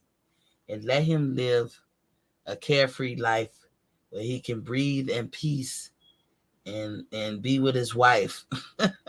Did I just make up a and let him live a carefree life where he can breathe in peace and make out with his wife? It'll sound like I'm a bad motherfucker. I'm just joking. I ain't mean to do that, y'all. But it made me think of old school rap. But that's what he did. That's what he needed. He needed a mental break. He needed a physical break. And he needed an emotional break. An emotional break meaning he found happiness with his soulmate. Okay? I don't know exactly if his wife and him are soulmates, but I'm assuming. Because I like a happy ending. I like for, the man fall in love with the lady and the lady fall in love with the man. And all is wonderful in the world. Earl and PBC has backed themselves into a corner with this whole situation. I'm going to just briefly go over a couple of things with Earl. We as fans been waiting for 5 years approximately for the Bud and Earl fight. First, it was go get a belt. That was Earl's instruction to Bud. Then holler at me. And then it was, I got a plan and you're not part of it. That was in the hallway when they confronted each other after the Maurice Hooker fight. And then it's like, I got 2 fights left at 147. And then I'm moving up. Y'all forget that third plan. And then he paid Stanionis to step aside and at the same time offered Stanionis a contract to be next after he fight Ugas. And then only to renege completely on that fucking contract. And that's some grimy, dirty shit. You get somebody to do something, you pay them, true, but y'all signed a contract. You lied. Then he fights Ugas. And then negotiation per Team Spence versus Bud supposed to be on the way. That's what everybody thinking. But Team Spence also, not that I think it's bad. I mean, you take your opportunities where you can get them. But a lot of Team Spence fans or whatever, they don't like the fact that Bud made this fight with Avanesian. Well, why y'all don't feel a certain way when PBC was trying to make the fight with Canelo? I think Canelo kind of saved Earl. I think PBC have not been paying Earl what they should be paying him. He should have been into 8 figures. Number one, I think they tried to sell him down the river by giving him Canelo because Canelo would have beat the crap out of him. Earl is tailor-made for Canelo. He don't move, and Canelo would love it. You know, you wouldn't be nut shotting then because Canelo, you wouldn't even be able to pick up your arms. Canelo would tear your ass up. But, you know, they made for each other, you know. And now they backed him in the corner. We thought it was some nefarious play going on, but now we know that it's all legit. Keith Thurman ain't pull a fast one. Al didn't pull a fast one. And y'all know I ride Al ass anytime. Like, I don't cake for none of them motherfuckers. But Al didn't pull a fast one. And y'all know I would get on my resale Suleiman too. But he didn't pull a fast one. Nobody pulled the fast one, but maybe Earl this time. And if Earl did, I ain't mad at him. I'll tell you in a minute. Keith Thurman, like I said, emeritus belt. He is ranked number 1 for legitimate reasons. So we all need to get over that fact and just be like, okay, Earl, ain't nobody do nothing to you. But Earl got boots. Maybe Ortiz, he got standing owners coming at his neck. No matter what y'all say about Boots trying to get at Crawford, you got to match your actions with your words. Boots couldn't be more clear that he want Earl Spence. He petitioned the IBF and the WBA. So I'm just saying, if Earl don't fight Keith in February, he run the risk of losing his WBC and WBA belt. But with this accident, they can't. Would it be really fair for them to strip him of his belt? But Earl, you got to get the people something. So who are you gonna fight? But Keith Thurman, I'm sorry, my brother, you're gonna be left out in the cold. And like I said, I told y'all when I switched on him. In the mix of all this long layoffs, like I said, when we were talking about Keith getting off the throne, or I don't know who dethroned him. Really, only he got Pacquiao that he could say kind of totally dethroned him. But Keith, he vacated all this good stuff. Earl kind of like took his place. It's almost like they did a switcheroo, and now Earl is on the throne. Earl had the first car accident when he was thrown. But yet, if y'all think about that, y'all see that video play in y'all mind, he was thrown from that car. I be trying to look all the time to see where I seen when he got thrown. Some people can see it. I can't. But I seen that car took flight. It was up in that air, flipping and twirling and shit. But he broke nothing. He had no substantial injury from that horrific accident. Thank God.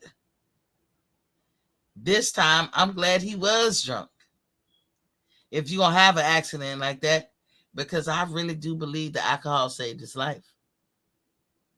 Other than knocking some teeth out, he really was okay.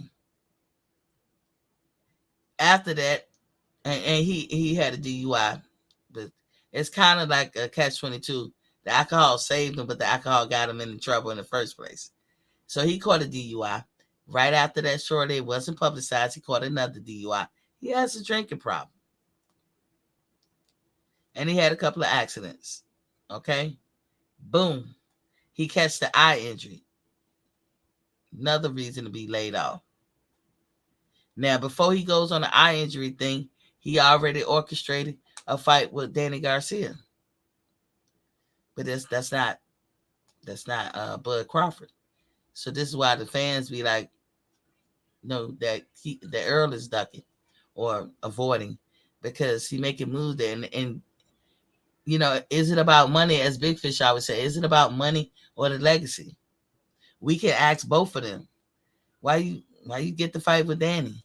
Oh, because he already had that fight lined up before the accident. Why you had that fight lined up before the accident? Should have been lining up Bud. And then he makes a statement, tune-ups are for people who ain't sure of themselves. That was not cool. And then you turn around and take a tune-up. And then people can say, well, he didn't. Danny Garcia was a top elite fighter. Danny Garcia or Bud Crawford, which one of them is the tune-up? I rest my case. So he gets the eye injury, so he has to have time. I'm one of the people that advocate take a year off, People think when the doctors tell you 6 months and you should be good, or 4 months and you should be good, he talking about going back to normal proceedings. Normal proceedings is not getting your face pounded on. That's not normal proceedings. Normal proceedings is you wake up every day, ain't nobody throwing no blows at your face. And he's saying 6 months. So I was like, Earl Spence, you don't need to come back for at least a year. And I was like, I'd be damned if these fucking sanctioning bodies take his motherfucking belt. And this is something we should all got behind him and boycotted or said something if a sanctioning body was going to do that. You know what I'm saying? So, the eye injury, he had a layoff. He gets in a fight with Ugas. Ugas didn't do too much damage or take advantage of his opportunities. So, boom, he makes it through that. Then he has this long layoff, and he's coming back. So, he's getting a layoff that he much needed, which is good. This eye injury sits people lesser than him down. I know I got to wrap it up quicker. This eye injury knocks people down. You hear Corey Spinks, you go back and look at Sugar Ray Leonard. This eye injury ain't no joke. And Errol Spence is only human. So, but we have to go through the waits for that to heal. And somehow or another, this eye injury don't mean the same to Earl like it mean everybody else. I don't know what that's all about. So if you say, what's the point? I'm looking at the pattern. First accident, thrown from the car, eye injury. Okay, now this accident. What's so special about this accident? He's messed up. And he's saying he's messed up. He was in an armor-plated car, a bulletproof car. His leg is messed up. He's saying he's messed up. Never mind. Do anybody know what happened to the kid who was driving the car that hit him? I hope he's okay. But they don't ever mention that. That's all the reason why I asked. Hope he's okay. Because looking at that accident, and you was in an armored car, the car fucked up. And that was an armored car? I can only imagine what that kid driving that car, his car, what they look like. That's why I asked about it. But you tore up. Your leg is messed up. Let me tell you, Earl Spence has handled the car accident first off beautifully by coming live. That was the best thing he could ever did. Now I did try to act as his PR on the slide, his publicist or whatever. And I was like, Earl, you should go and whoop de whoop. Y'all heard what I had to say. Go, meet up with that family. Be a mentor to the little boy. Take the lemons you got and make some lemonades. I don't know if y'all, some of y'all act like y'all got Earl Spence's number on speed dial. So once y'all call that nigga, tell him what I said. But anyway. This is the accident where he's hurt. The one that he was in the armor-plated car where the damage didn't go as far back to the cockpit where Earl was sitting. So, let me go ahead and drop this link. If y'all think about it, he won't hurt from being thrown from a car. He not damaged like any other person who sustained the eye injury like he did, a detached retina or a tore retina. No, not Earl. He's superhuman. But then I'm supposed to believe that you really messed up after this accident when you was in the armor-plated car. A bulletproof car. And y'all probably say, see, you ain't have to say all that shit just to get to the... I did. Because I took y'all for a walk in my mind. Because I'm going to tell you, when they say that Earl Spence is Keith Thurman 2.0, I be goddamn this nigga 2.0. And you know what? I'm not mad at Earl Spence if he did whatever. If this accident is kind of a ploy, I ain't mad at him. Shit, whatever you got to do. If Keith Thurman did that shit, I ain't mad at him. And that's what I always tell y'all. I will not be mad at one person, but not mad at the other. That shit don't work for me. If I wasn't mad at Keith, that was the straw that broke the camel's back for me with Keith because I couldn't explain nothing. Then I was like, come on, Keith, I see the games. Okay. And nobody was coming out with something definitive to say on the other side. So I was like, all I could see was the game. So when I say broke the camel's back, I just was like, hey, Keith, okay, if they say you duck, I'm not gonna argue that. I ain't gonna get no pushback. But Earl Spence, you took the playbook straight from Keith. This is why you gotta watch what you say and watch what you do, because he walked through that motherfucking car accident, right? I don't need no tune up because I'm bad like that. Yeah, you got the eye injury that usually sit motherfuckers down and send them home and make them hang up the boxing gloves. Nigga, I'm better than that. I'm Earl Spence, damn it. But then you in the armor plate the car, you fucked up. You fucked up. Don't let me die.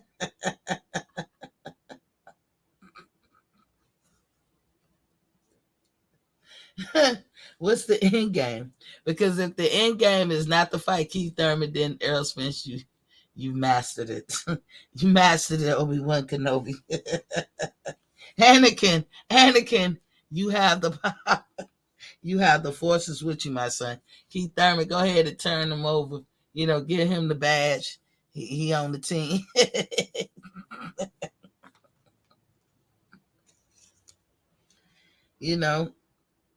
But they could come back and say, you know what, all right, Earl, we know you hurt. We're going to go ahead and postpone. And you and Keith could get it on 2 months from now. Or you got Boost, Stanley Jonas beckoning at your heels. Or you got Earl. Which one you going to do? So, yeah, that's what I'd say. It was long. I know it was long. But this was going through my brain since yesterday. I was like, what? And I'll tell you the part that got me fucked up. Because when, the whole time Earl was, talking about the accident, I thought it was brilliant. Brilliant. I don't know if this was his idea, but it definitely was brilliant. I give a shout out to Earl Spence for that one. Going live. He may have had something to drink. Who don't drink? I ain't mad at nobody for drinking. But are you within the legal limits? That's what you got to worry about, Earl Spence. And apparently he is, because we haven't heard anything. Number one. Number two, he is or he didn't drink. Number one. Number two, he went live. Whatever you want to say about him, he went live. And you don't see the motherfucker drunk. Can't say he was drunk. So, that it is what it is. I put the link in the chat, y'all. He went live. You see his fate. You see him in this state of being. He was good to go. Can't say he was drunk. Can't say none of that. Monty King said Keith talking a little crap, or either they are rehashing how he used to talk. I seen an interview today. Yeah, Keith got to move on and pick somebody like Boots or Virgil, because Earl is not going to give him a shot. Earl hoping this accident do the same thing for him that it did for Keith. Now, I can't say that somebody would play around with like faking an accident and shit like that, but that's what everybody has said about Keith. I'm saying when it comes to these boxers these days, I don't put nothing past nobody. Put nothing past nobody. What's up, ATL? What's good? What's up, bro? What you doing? Man, on this damn bus. This shit slow as hell. What you on the bus for? You got a bus? No, I told you I was coming home. My father passed. On the Greyhound. My bad. Man, don't you know this motherfucker did 45 miles an hour all the way from South Carolina, show. Why you don't take the train? I ain't never rode a train.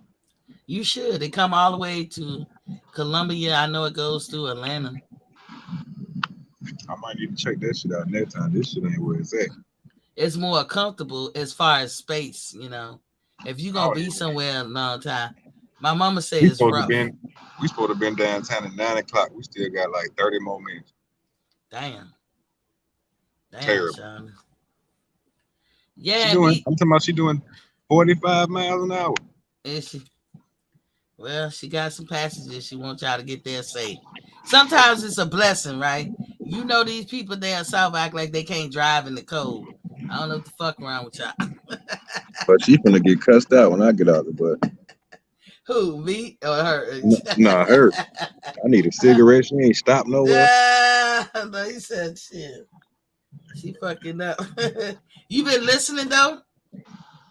Yeah, I just got back on for like 20 minutes. Yeah, I know it was long, y'all, but I wanted y'all to walk with me through my brain and just see where I was going. I ain't talking bad about your boy Spence, because even if he did do this, I don't blame him. He didn't told them he don't want to fight Keith Thurman. But Earl got to realize if it ain't Keith, who it's going to be. Better make up your mind fast before they get creative and say, you know what? We can put Keith off for 2 months I knew that and wasn't postpone this shit. You know, they could say that shit. What's up, MKB? What you got on it?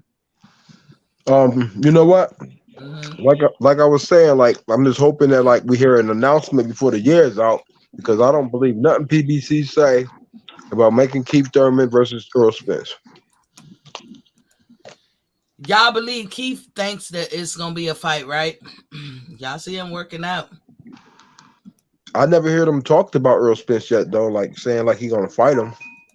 Yeah, he Keith is getting ready for this fight.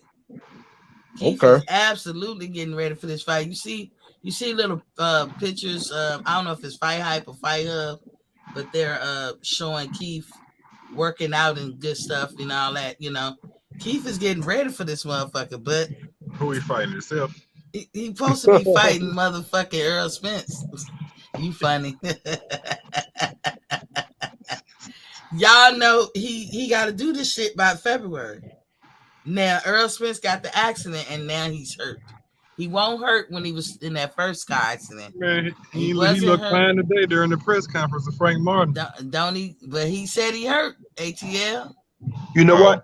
You know what, Miss T and ATL. Even with that, like I haven't really heard him like talk about the injury though. He just kind of said his leg was hurt. Like he ain't telling nobody like what's going on with him. Like is he fit to fight or what? I don't think he is hurt as he led them to believe, but I still think he don't want that fight. yeah. But you know, if he hurts, and it's not a duck, y'all. It's not that Earl's scared of Keith. He just don't like him. He don't want to fight him. That's not a good reason. But you know, it's not a good reason to not have the fight. Keith Thurman is elevated for a reason, and it's all legit. It's If he all don't fight him, legit. it's definitely a duck though. Yeah. So I mean, but if they said, well, that's a way to get out this Keith Thurman deadline by February. All Earl Spence has done is buy him some time. But you got the petition that Bruce Ennis put in with the WBA and the IBF. So that's always there. You got standing onus is saying, hey, we got a contract. And meanwhile, you always had Bud waiting in the background. So I don't know what Earl gonna do. Y'all can check out his latest video on Fire Up where they asked him, and just like Terrence didn't really say much in the ring,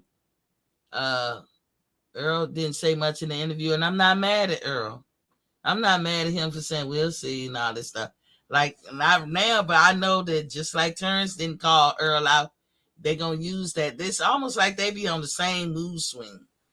Yeah. What I be tripping MKB is when you ask them, did you see the fight? Nah, I ain't see the fight, nigga. Everybody watched that fight. Yeah, Everybody. Martin. You know what? Everybody watched that fight. Like I hate when people say they don't watch a fight. You know you watched the motherfucker, but you hate somebody that much that you want to tell people you didn't watch the fight. They all watched the goddamn fight. That's like me saying I don't watch Earl Spence's fights. I said I was boycotting his Ugas versus Spence fight, but I bought it just for the call out. Like I bought it just because of the call out, and he did call him out. But that's how they got us to fall into that trap.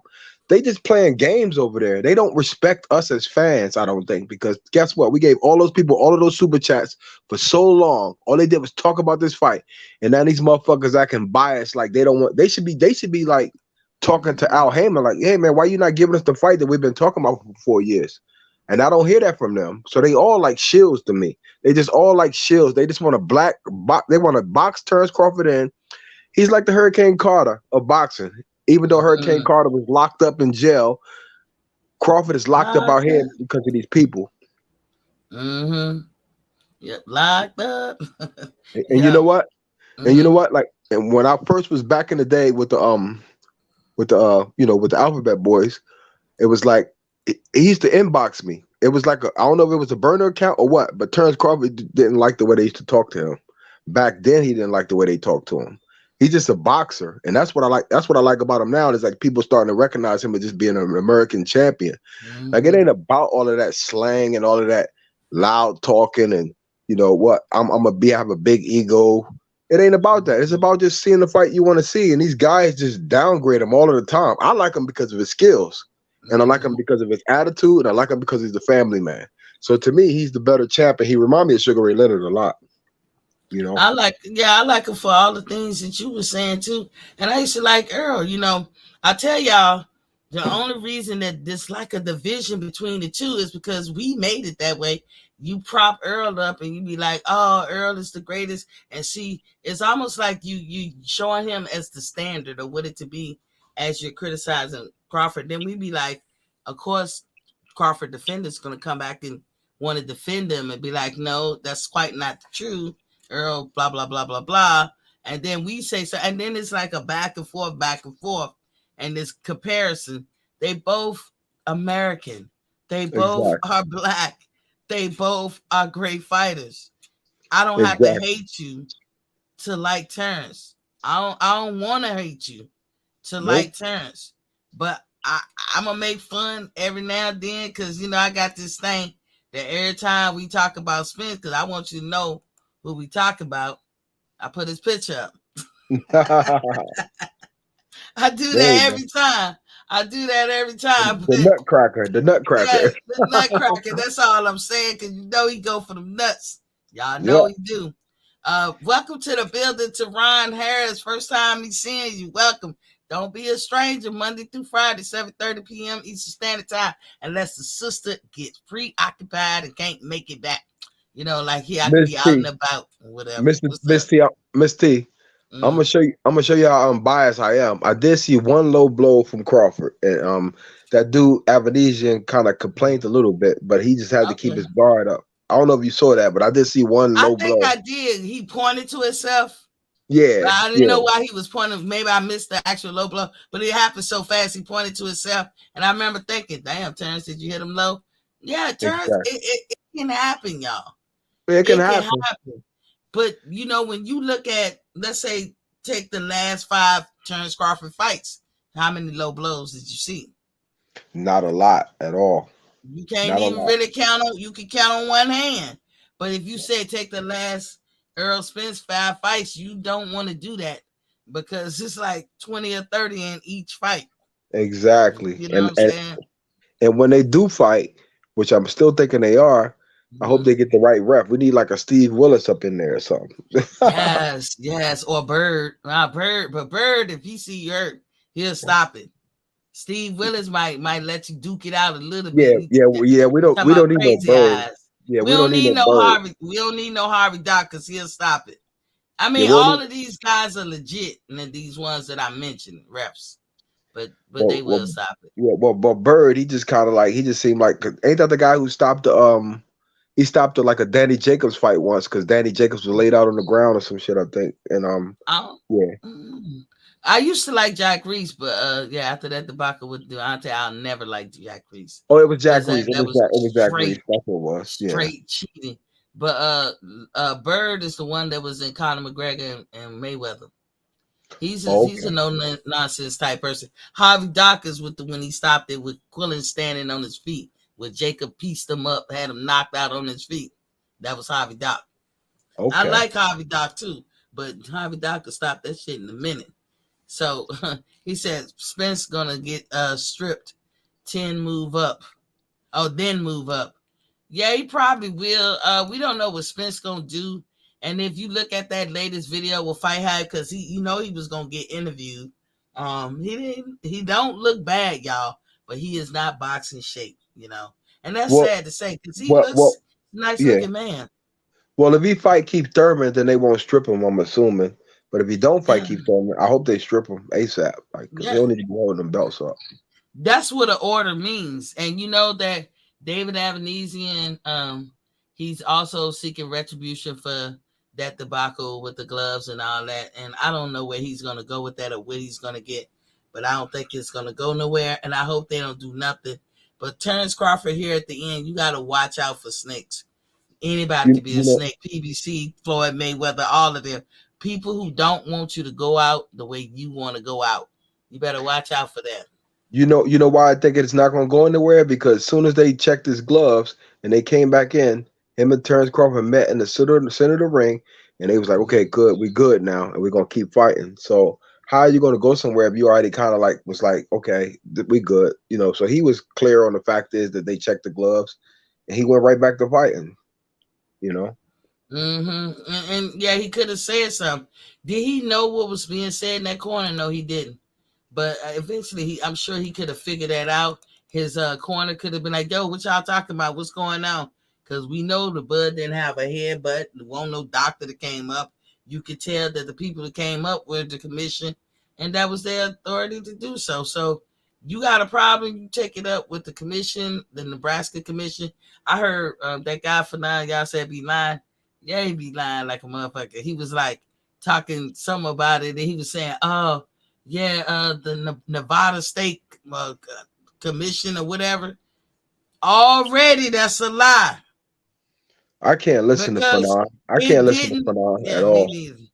Because, and I couldn't believe it. I was like, dude, Nebraska is where the fight was. Don't say shit about Nevada. Nevada can't Exactly. tell Nebraska shit. It's Oh, out of so their that's what he jurisdiction. so he was saying that Nevada was he was trying to use Nevada as an example to say He like was that the saying gloves. like what Nevada and all them gonna do. I couldn't even listen to the rest. You know, Yeah, he's I definitely. peeped at, you know how you scrolling through YouTube. I didn't even click the link. Well, if you get on somebody's link or thumbnail, it'll show some of it, it will play some of it. And Yeah, then so I heard some. And I was like, Nevada, why is he saying okay, I just moved on. Not trying to disrespect for nine and nine. I don't even know the dude. I did used to watch him back in the day, but I can't do lies. I can't. that dude is a snake. I remember when he first came into YouTube. All he did was pay all of this money to get in all of these groups. He was dropping $400 or $500 this first time in the fucking chat. That's how Oh, he got. real? That's how he got where. Yeah, the 30th episode of Trill Talk. I was back around then, and he dropped like a 500 in that chat. Then he went to Boxing Voice. He dropped another 500. He just wanted to get in the game. He's a fucking opportunist. That's what Fanon is. So An he was opportunist. buying. So he was buying friends. He bought his way into the LDBC. I was there Oh, from day okay. one. So Look at you can buy subscribers too. I've not done that. I ain't and I knocking and nobody I because would some people. and Go you know ahead. what, Miss T? I wouldn't be What's up? surprised if he follows because that's how he got in the LDBC. He was dropping all of this money.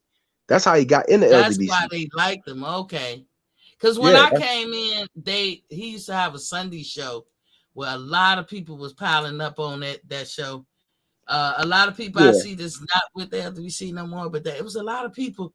It was a funny exactly. ass show. It was a funny show, and I was like, okay, but it was too much cursing and too much vulgar talk. But yeah, I could hang in there like 5-10 minutes. I enjoyed it or whatever. But Yeah, then they stopped it, and I didn't watch him on a regular.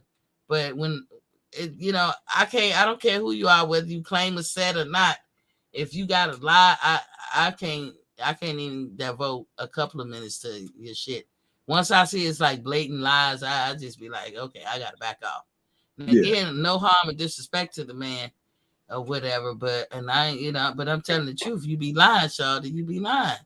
yeah. He You always lied lied. about the numbers. He's all about the popularity of the sheep. Like that's what he's all about. The popularity of the sheep. Yeah, like, and I know a lot of people like Miss T. Your shit taking forever to get monetized. Guess what? I'm getting it from the mud, and I'm being honest. Yep. I could go buy some subscribers too. And I'm not saying that's what everybody else do. Some people gonna make it faster than you. Some people not. What God got for you is what God got for you. I'm one of those believers. And so if God making me, do a slow walk, hell, Oh well, I told you I'm passionate about it. That is the reason why I do this show, and it is not about money. Money ain't everything. You Well, know I what I'm share saying? I share your content every day when I get a chance because I can tell like a genuine boxing fan. You know. Yeah, I appreciate it. I appreciate it because that's what I try to be to y'all. That's why sometimes I be like, just walk with me. Miss T is a deep thinker. I'm a trained analyst, formerly trained analyst. Not that I train. I'm talking about I actually went to the real schools, formerly trained analyst for the government. And then I can tell you, I've recognized patterns. And Keith Thurman and Errol Spence are one and the same. I'm telling y'all, might not Exactly. seem like it, but they are. And this last ploy, I'm gonna call it a ploy that Earl Spence did. Hey, kudos to you, bro. You tried to tell him. You tried to tell him you don't want no fight with Keith Thurman. By God, any way you can make it, you gonna make sure you get. It's about what you want. So, but Mhm. sorry for Keith. Go ahead. You know what they sticking to? They sticking to the in-house model that they started with, and it's a working formula. They think because you'd be surprised how many PBC shields out here. Like people liked it because it was free. I'd rather pay ESPN Top Rank my $10 and get the fights that I want. Like they do have good fights sometime at PBC, but not all the time. Not You good crack matchup. you cracking me up. Got me caught. Spence running for them rapper dudes. I'm just projecting, but he riding around in the bulletproof. Yeah, you know what I said? I'm telling you the whole story. I said, Spence, you got to serve some lemonades. You know, some lemons turn into lemonades. You can get ahead of this. You can really work this to your favor. And I wish that he would. I still do. He's Yeah. telling the story, but then he gets to the part where he said, "It's an armor-plated car. This is a bulletproof car." Sure. Yeah, Pause. like pump the brakes. Like, what's going on here? Why you riding around in the bulletproof? Not Yeah, saying that you're not a celebrity, but it just makes me think like all of the stuff that he's been going on with him. It's like, wow, you riding around in the bulletproof, bro? It's like that out there in Texas, you know? and that's what people want to tell you. Here's an easy answer: move. Yep, You got easy enough answer. money. You got enough money to move. Sell the farm and get yourself somewhere where it's neutral Mhm. and continue your career. You ain't got to move out of Texas, but y'all can move. You Are know, they in Dallas? maybe Derek James don't want to come with you. You know, but you need to move. Take your family. You got enough money. Take all your children, get your children's mother, all y'all move. And when you come back, you know, have just like a little condo in Texas for when you go through your little training camps, and that's the only time you come to be there. And you know, but if you got to ride in it, what the fuck? You know, that's what I was thinking. Like, what the fuck? And that's what made me think more about the situation than I probably would have, because otherwise it would have been just a regular accident. But nigga, you driving around in the armor plated car. Look how tore up that motherfucker is, and it's armor plated. And then out of all the accidents you have, this the one that's gonna sit you down. And I was supposed to Exactly. say, Yeah. Like you getting set down because when I heard leg injury, I'm like thinking, wow, this kid, somebody done magnetically ran into Earl Spence. So it's kind of like the still stain, like debauchery going on, whereas though he's not getting the fights that he should be having to continue his career because he's caught up in two worlds or some shit. Like he's just like accident prone, yeah. and then he's trying to be a champion. Like that shit just don't make no sense to me. Like, come on, man, pick a side. Like, what you gonna do? Have a good career or just be always in some shit? You know what I mean? Yeah, and they got to think, just like Teron is saying, Errol going to get stripped if he injured again, just like he. Yeah, they're not going to take but so much, Shada, because you're right, Teron, because you had a layoff with the first car accident. You had a layoff with the eye injury. Yep. Okay, truth be told, your ass laying off now after the eye injury because I don't care what none of y'all say. I took anatomy, and I ain't saying I'm the bee's knees and know everything, but I remember we had to learn about the eye and dissect eyes and shit. And eyes take a lot longer to heal than what you think. Exactly. And like he had a torn retina. How does Mm-hmm. that heal in like 7 8 months? Like I didn't get that because that's what I got out of it. Like it healed like earlier than it should have healed. Now You know. that injury that he had in his eye would have set anybody down. Corey Spink spoke on it. A former unified undisputed champion at 147. Corey Spinks said that, man, that should have sit your ass down. Because this is when it happened, and everybody was wondering, damn, is his career over?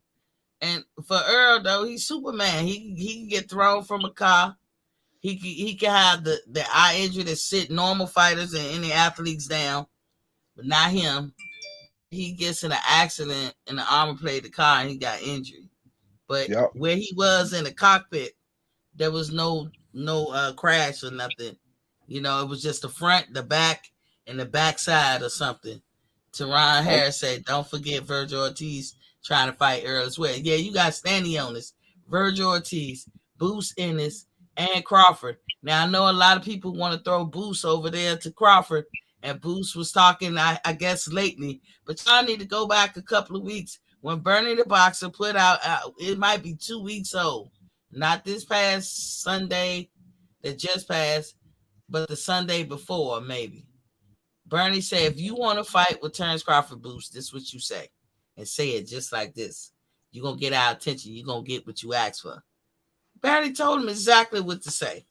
You think that Terrence don't know that shit? And Boots ain't said shit to recently. And everybody wanted, like my homeboy was sending me a clip of it, like, Boots, you know, Boots going to get him and blah, blah, blah. Or I love, like my own homeboy, man, he was like, he said, oh, you know, BLK, Terrence ain't getting no 10 million. I was like, how you going to say that? Terrence said he got it.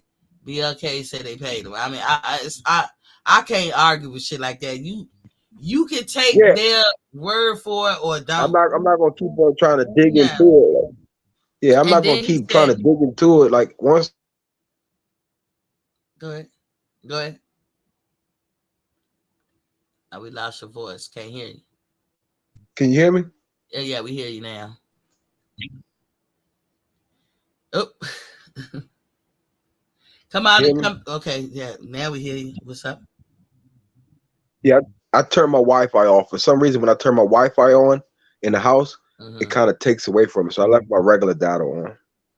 Sorry about that. You gotta connect your Wi-Fi with your home Wi-Fi, right? Well, no. When I turn my regular Wi-Fi on, when I already got data unlimited, for some reason it starts buffering. So I turned my Wi-Fi back off because I tried to turn it on just now. So I turned it back off, and now we clear. Oh yeah, like we got to set up when we walk in the door, our Wi-Fi to come with the phone gets turned off, and it just roll right into the house Wi-Fi. It just, I don't know how my daughter did it. You know, don't ask me. You know, I don't know how to do that shit, but that's how it does. It just roll with it, just sync right up to the house Wi-Fi, and then we walk out the house and we get a considerable distance. Our Wi-Fi to come with the phone turns on, so you know we're using the data. You know what I'm saying? Okay. Oh, you know what I want? You know what I wanted to say real quick? It was something I wanted to say real quick about the whole situation is the fact that it was Terrence Crawford. Like Showtime has to send him some money. Like if they want him to really, if they got faith in Jerron Boots Ennis to want to beat Terrence Crawford, they would do like Eddie Hearns did when he came to America to fight Martin. You gotta pay. Like you gotta pay Crawford if you want that belt. If you think Jerron Ennis can beat Terrence Crawford, show him the bag. Yeah, but again, PBC is not gonna give. They are amazing. I guess y'all gonna have to start calling him. He's with Showtime though. Well, he's with Showtime, but they are working with the same people. But I don't think he signed. I don't think Jerron Ennis is signed under Al Hammond though. I understand he signed with Showtime, but Showtime has a contract with PBC. That's why I said they all kind of in the mix together. But there is a distinction. Jerron Ennis is signed with Showtime. But I would say overall, Al Hammond is like a pimp. Let me tell you, baby. Let me tell you what's going to happen. You know, we're going to get you back later. You don't want to cap your earnings, do you, baby? Yeah, I'm trying to do my best Goldie impression. Yeah, I got one for you too, Miss. I got one for you too, Miss T. Al Hammond be sitting in the office. You like that Bugatti outside on the front lawn? How you like that? You want to drive that? Keep listening to me. I'm trying to remember Pimps Up, Pose Down. I'm trying to teach you everything I know. Yep. Yep. Ain't treat that nigga like a hoe. Yeah. You know, what fucked me up was he was on a. What fucked me up when he was on a plane on Twitter. He was saying he was going to Ireland. I'm like, wow, he going to Ireland right now. Why are you going to Ireland, bro? So anyway, I got all the money. General Big Fish said, T, how many points have Spence been deducted from Spence for low blows? To None. answer your question, none, Big Fish. But just because none was deducted, it don't mean that we didn't see it. So I Yep. can't live in that world where he said, well, he didn't take it away. You know, I still saw it, Big Fish. And so we General Big can't hold General. on, MK, hold Okay. on, MK. And we can't say it don't matter because y'all, how many times forever in my whole life on this earth have we been warned about the dangers of hurting y'all in that era? Hell, growing up, I had brothers, and my brothers, even though they were younger than us, they could beat us once we all got past teenagehood. And my Yeah. brother would be fighting us and shit like he fight his friends on the street. That shit be hurting, man. I couldn't walk sometimes for 2 weeks after me and my brother was fighting. Literally couldn't stand up and walk. I was like in so much pain. My mama didn't give a fuck. She said, y'all shouldn't be fighting. I'm at school trying to make it because she ain't gonna give me no time off. My brother get up like nothing ever happened. Like he ain't hurting or nothing. And I'm like, motherfucker. But you know what I know I bet not had done? I bet not had kicked him in the balls. Because then it would have been him and my mama beating my ass. That was a no-no. So y'all can't put that out there in the world and be like, that's a no-no. Don't do that to a man and all this bad juju that's gonna happen when you go for niggas' balls. And then it's a part of the game that's not allowed. And then niggas do it, and you want me to look at it like I can't see why he doing it. He's doing it to get leverage. He ain't no body snatcher. He hit you in the balls a couple of times, then he go to the body, and that's the last thing you see. And then y'all be like, "Oh, he a body snatcher. Oh, he a ball snatcher." But go And, ahead. and he and he do it so well. Like he have his head down low. Like the referee don't even know that he did it intentionally, and he just does it and gets away with it. Like I be watching Spence. Like he's a good body puncher, but I could tell a lot of those shits that are intentional. They are intentional. Indeed, they intentional. Now, what I love for him, this General Big Fish, that is the one problem I think that made me turn off with him. Like, I just don't like it because I thought y'all said that hurts. But he got a fight coming up this weekend with Frank Martin because he's the promoter. And as long as it's not a cost, you guys do go watch it. Oh yeah. Oh Enjoy yeah. Showtime boxing while you can. Exactly. My friend actually said, he said, T, BLK is in the red. They going in the red and they didn't make their money. So they gonna stay in the red.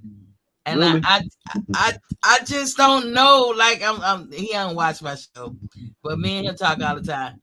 I don't know where you get these things because a lot of Spence fans say that in the beginning through that whole fight card, BLK showed who their sponsors were.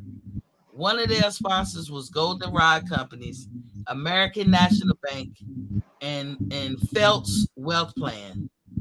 What's that sound, Martin King? Are you outside or something? Is it acting up? Is it acting up? Yeah, you hear all this woo, woo like wind. I don't know. Okay, I know what it is. I'm gonna turn it down. I don't gotta Okay. go. I don't gotta go out. It's my heater. Oh, okay. So those were the sponsors, right? If you look at the commercial, they played it throughout the fight card. Did y'all catch it when they had the big building and Warren Buffett at the top? They actually had Warren Buffett at the top. And I had to send this commercial to him and show that that Golden Rod Companies is 4.63 something like that $1 billion company. How is BLK in the red if they invested in them? Why is it a problem? And when PBC does their model the same way, they have investors. Blue Blood was going ham on them, trying to explain this shit. And Blue Blood has come out and said he actually know who the investors are. He got to see it in black and white, and he also got to meet them, and it is all legit. You could bet your bottom dollar that Warren Buffett is one of them investors. So no, BLK did not go into it in the red. And then when he said they ain't make no money, again, thanks to people like Fanon and others who want to lie, if the numbers have not been released, now just common sense. This is my organization. This is my company. I rule this company. I do whatever I want with this company. I have control over releasing any data concerning this company. And I'm telling you, the public, I haven't released the data yet. How do anybody in the public, news media or not, come to a conclusion as to whether something passed or failed? I said the only way we going to get close to a warm and fuzzy when it comes to these numbers, if anybody can find an article or anything that talked about the projections that BLK expected to make with this fight, and that's I'm talking about before the fight. Exactly. Because we're not gonna get the numbers. I don't think. Right, not yet, because what they said was their preliminary look of the numbers. That means before everything really hopped off before Crawford fought. The preliminary look, they far exceeded their expectations. That's the only clue that you got. So you can take that, go find whatever projected numbers that they was thinking, and you know any good business is going to have a projection, market booklet or whatever. Go find that, and you can get a warm and fuzzy or roundabout number of what you think this fight did. That's I still think it did 200,000 though. I really do. Because I'm betting on 4. But go because ahead. because you seen the crowd. That was an electrifying crowd in that stadium or that health center. That wasn't no like small following. That was a big following of Terrence Crawford. They came from miles and miles away to come watch him fight. He's an American champion who people appreciate. When you look at Joseph Vincent, I don't know if you're familiar with Joseph Vincent, but he's like a person who he does like up to date documentaries on boxers. And Earl Spence had like maybe 700,000 people that viewed it. Crawford got like 1.5 million people that watched his video of his whole career. Exactly. And guess what? It's crazy because I'm ready to tell Crawford, let them keep hating. Because the more they hate, the more you gonna benefit, the more they hate, to be honest. Exactly. You know, Floyd took that and ran with it. He embraced it, he leaned into it. He is the number one trending topic in boxing on YouTube. You make a YouTube, because I got that I pay for a subscription to this entity where I could go in and make headlines, and it rates my headlines. It rates it and tell me am I doing good. That noise is still there, MKB. I'm gonna go back and come back in. Okay. So it rates my shit. So like I'll come up with a headline and it'll tell me on a rating type scale, like where I need to be. And I mean, from 0 to 100, it'll judge me. Capsule 4G is in the building. What's Poppy King? Teron said, he said, why Spence put his fighter in a tougher fight than Spence would take. I think I missed the one before. He said, that's facts. I was watching then. Yep. And he said, I seen it. They did have sponsors. Yeah. And yeah, so I'm telling you guys, they did have sponsors. But my friend actually said that. And then he want to tell me that PBC is still affiliated with Fox. And they're not, y'all. Any Google that you search, even if it's a story that came up today, because some kind of way people are able to rehash old stories and put them out like they brand new. I think that's by design.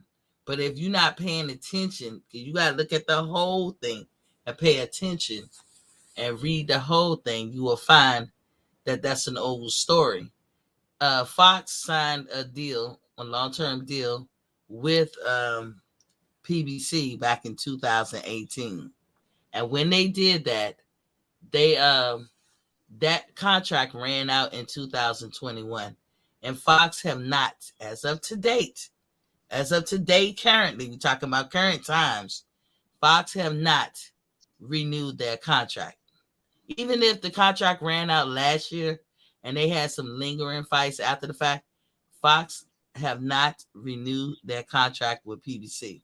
So Miss to T, say, what's up?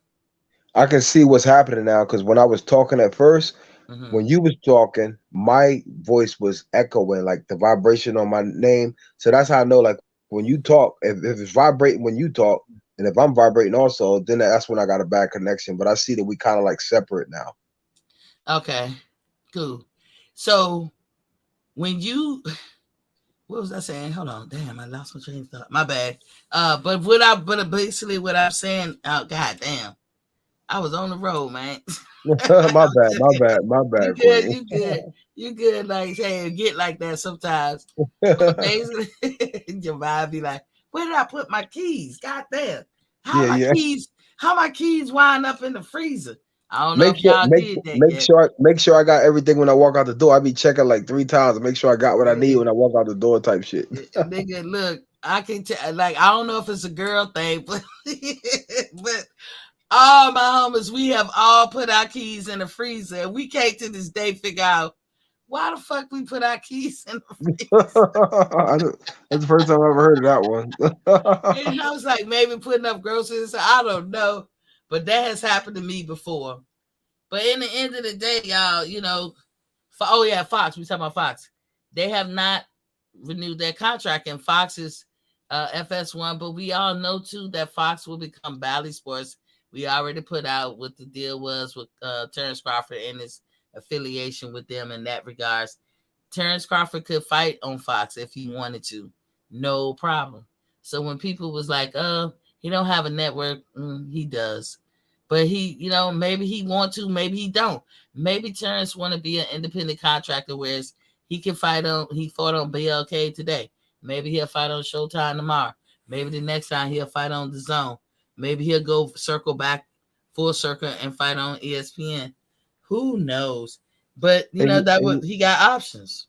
MST, and you know what? And to that point you made, like if you want a belt from 140 and then you move to 147 and you fought the top competition there, the WBO belt to me, even though it's a top ranked belt, to me it just reminds me of a belt that can transcend to different divisions and they supposed to automatically give him a challenge. So if these boxers want to fight him and get like a lineal status, because I consider that like ring belt, like a lineal status. He got a ring belt at 147, if I'm not mistaken, and he got a ring belt at 140, if I'm not mistaken. He don't have it at 135. He has it at 140 and 47. So therefore, he can automatically challenge the next person up. Andre Ward did it. Well, he's Usyk a did it. super champion. You gotta hold the title or have 10 title defenses to get super champion WBO, and he has done that. Even though you would Exactly. say he hasn't, has he had 10 fights as a 147? Probably not. But if he's been a WBO champion for a minute, from belt to belt, from Yo, division to I division to gotta division. Yo, I got to give a special shout out to Captain Full G. He did Mm. a video like 2 weeks ago that motivated the fuck out of me when I saw that video because that's how I was thinking about this whole situation. I don't know if you saw that video, Miss T, but that shit was fire. Captain Full G know what the hell he talking about. Real Yeah, talk. that's my boy right there. That's my boy right there. Well, my man. I'm sorry. Well, hold on. Let me say, my man in friendship. Oh shit. I don't want I Miss know you have Captain it out for Full them sexy G. motherfuckers, Miss T. I know you be watching the sexy motherfuckers. No, I'm saying I don't want to mess. I don't want to disrespect the queens like Miss Captain Full G or whatever or something. Yeah, And exactly. you know, so I don't do that. But you know what? I'd be like, I'd be like, that's my boy. But I got to get out the habit because you guys are grown men. You know, so I don't want to You, say it like that. I know you got a love affair with one of these boxers. I forgot which one it was. Oh, Demetrius Andrade. You was saying he was looking good. Or some Like shit, you right? pay attention. You pay attention. I be listening to you. I know when you got a crush on a boxer. I'm like, oh shit, there she go. I know you heard me on the radio. Yeah. True. I know you see me on the video. True. I be laughing. I'm like, she dead serious about that. But you still don't pay me no attention. Listening to what your girlfriends mention. Yo, That's my boy, Demetrius. and don't think I didn't catch that interview with you and Bernie the boxer. I caught you that day when you was talking to Bernie the Oh boxer. yeah. You so Yeah, I try to be legitimate and not toot my own horn as much. And I say if I ever catch him again, then I will make sure I tell them who I am. Because I don't think they know who I am over there. I met no, Not Bernie. I seen Bernie at the Jamel Herring fight. I seen him, didn't really talk to him. But I met Terrence Crawford twice, one in 2015 and one in 2021. He's a gentleman, nice nice. person, just as nice as he want to be. He's That's such a awesome. gentleman. Yeah. That's Oh, awesome. and I'm gonna tell y'all something. Now I ain't gonna get into it, but y'all heard it. Y'all gonna hear it here first, just a little bit, because you're gonna be like, Miss T was saying this. I heard something, but I don't want to say it because it's tricky to talk about this dude now. Talking about Shakur Stevenson. It's something Okay. pertinent. I'm gonna have some pertinent information about him soon, but I'd rather for shit to be concrete and already done instead of just talk about shit before they hatch, because you just don't know. And it's about boxing, y'all. But I always look at Shakur Stevens just like as a person who just want to fight the best people. So yeah, I want to hear this because I don't look at him like as a bad role model. I look at him like his in ring stuff. Like you said, like that's what I look at him like. yeah, but I'm gonna tell you, when I was at his fight in October last year, we were sitting in the section and his whole family was there. Like all his, Okay. not just his family, but his peeps. And boy, when I Yeah. say, ooh, rough. Or Ain't the word. the Puerto Rican family, you mean? The black man, oh shit. I'm like, God damn. Ooh, the Or they wildness of it all. or they straight hood, huh? Oh Lord, boy. Y'all heard Yep. MKB. I'm just, hey. Yo, when I used I to was go to like, I used to go to John Brown's fight. He was a world title holder in Atlantic City because that's where I'm from. And we used to always watch him come on the block. His name was John the Eastern Beast Mugabe. He fought Cotto when Cotto was like 1-0. Cotto beat him, but then remember how Floyd Mayweather got popular when he fought Diego Corrales? yeah. Diego Corrales took the belt from John Brown. So basically, Oh, John Brown was a little stocky, short kid, but he fought Shane Mosley and all of them. Like he could bang with these dudes, and he never really got knocked out. So basically, what I'm saying is like the hood family. When we used to go to the fights, we was hood as fuck because we live in Atlantic City. It was mad hood up in that bitch. So I can look, understand Shakur Stevenson's plight, his family shit. life. They made me feel like I was in the episode of The Wire. I was like, Jersey's God rough. damn.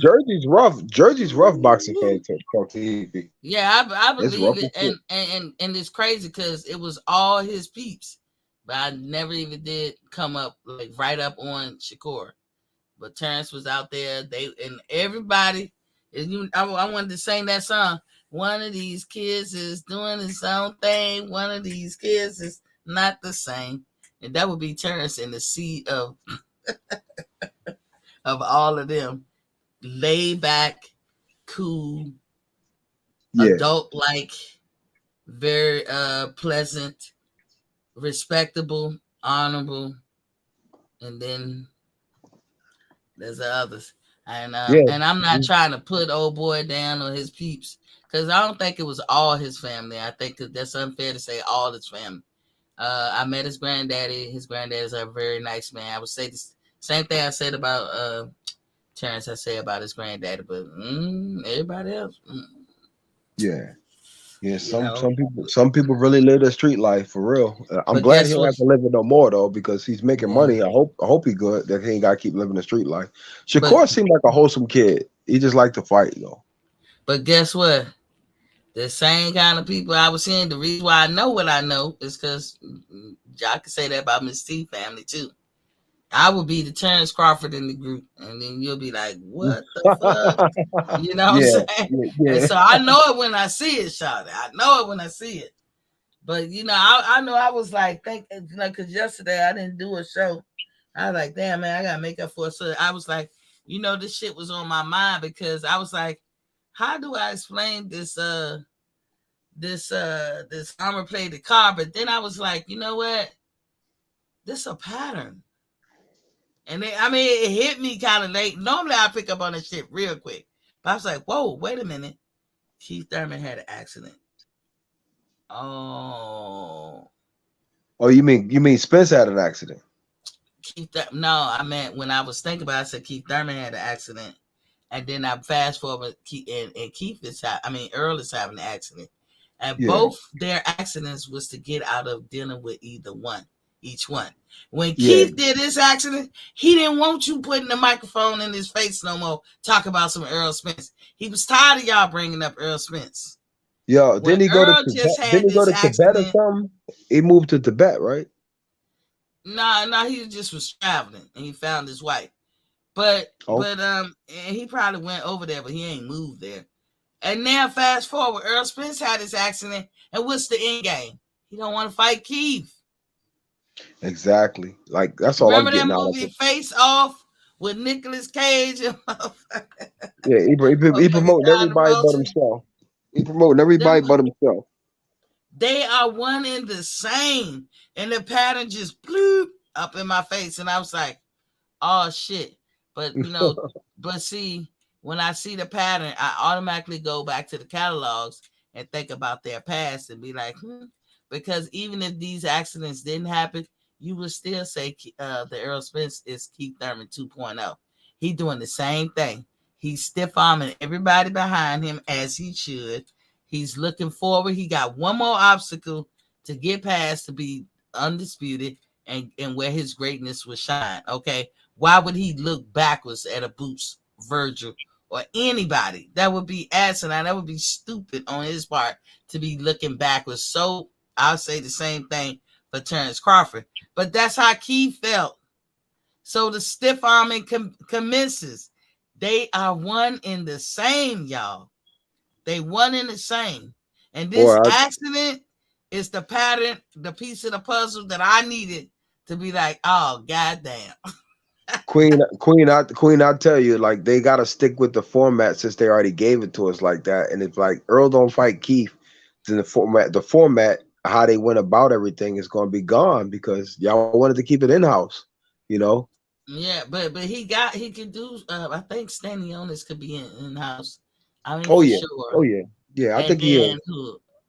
it'll be easy, to work with Virgil or Golden Boy. I don't think they're Oh gonna yeah. have too much of a problem. But Stan, I would say Danny this, Ocean's got to be inside because some of the fact is they've been paying him all this step aside money. right? So I And he don't said think he he. not gonna take no more step aside. So you got Boost, Virgil, and Stanionis and Bud is becking at your heels. And now y'all know what Floyd Mayweather felt like. But I'm gonna tell you, when first you practice to deceive, what a tangle web you will make. I fucked that up. Like, and what a tangle web you will weave It's, when it's all first you entangled practice now. to deceive. Yeah. It's all So entangled now. yeah, so it's a pattern, y'all. This accident solidified to me more than anything that Earl Spence is Keith Thurman 2.0. Maybe Yep. 2.5 because he had the armor plated. Because they're in Because there with you, they're in there with a real boxer who can actually take resistance from your punch and probably still outbox you. I think. but I think. you think about this. If that is, and I'm not saying it's not a real accident, but if it's a real accident, we glad that he's okay. And I hope and pray that the young man who sold his parents' car is okay. But how many lives you got? How many Yeah. lives you got? And so this is why marination doesn't work. It don't mean it. If you ask Paul Williams do marination work because he's Yeah. crippled now. Because yep, he's crippled now. Yep, you're right. You know, I'm So looking at yep. go ahead.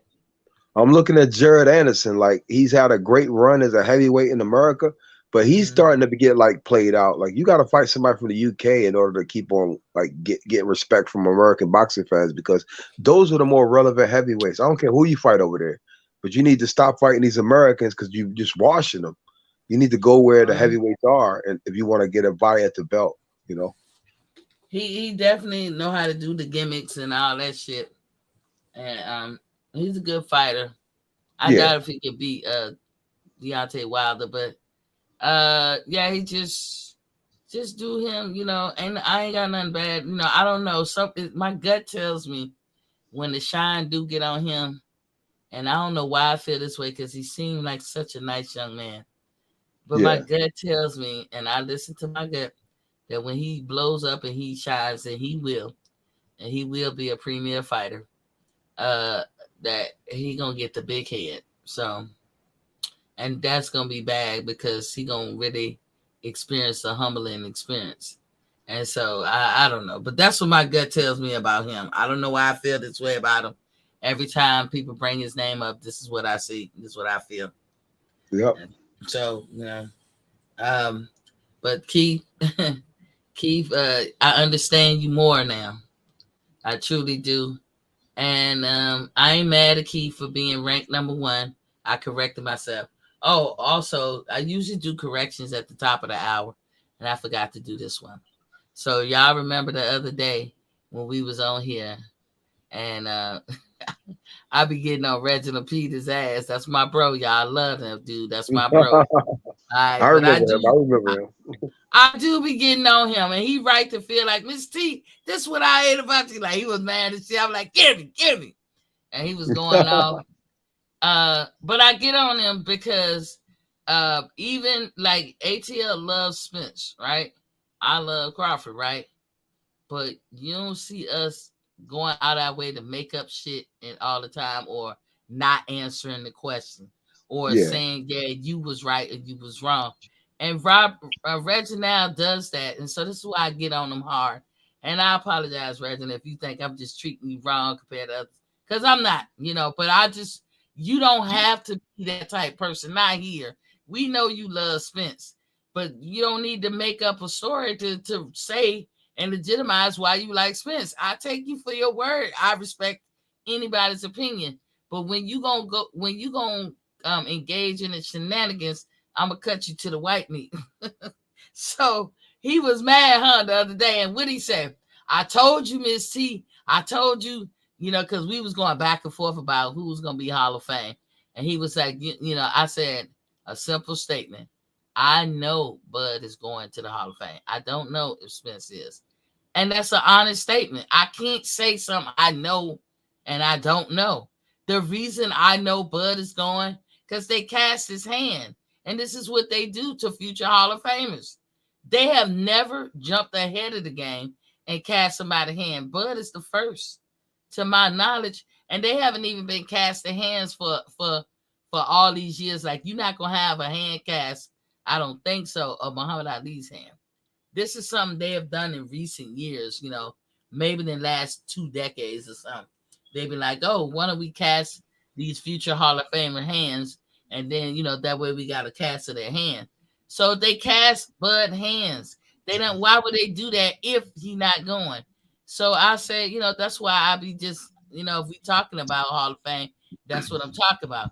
He said, no, like he didn't like that. He was upset. So he said, I bet you Tim Bradley, blah, blah, blah, blah, blah.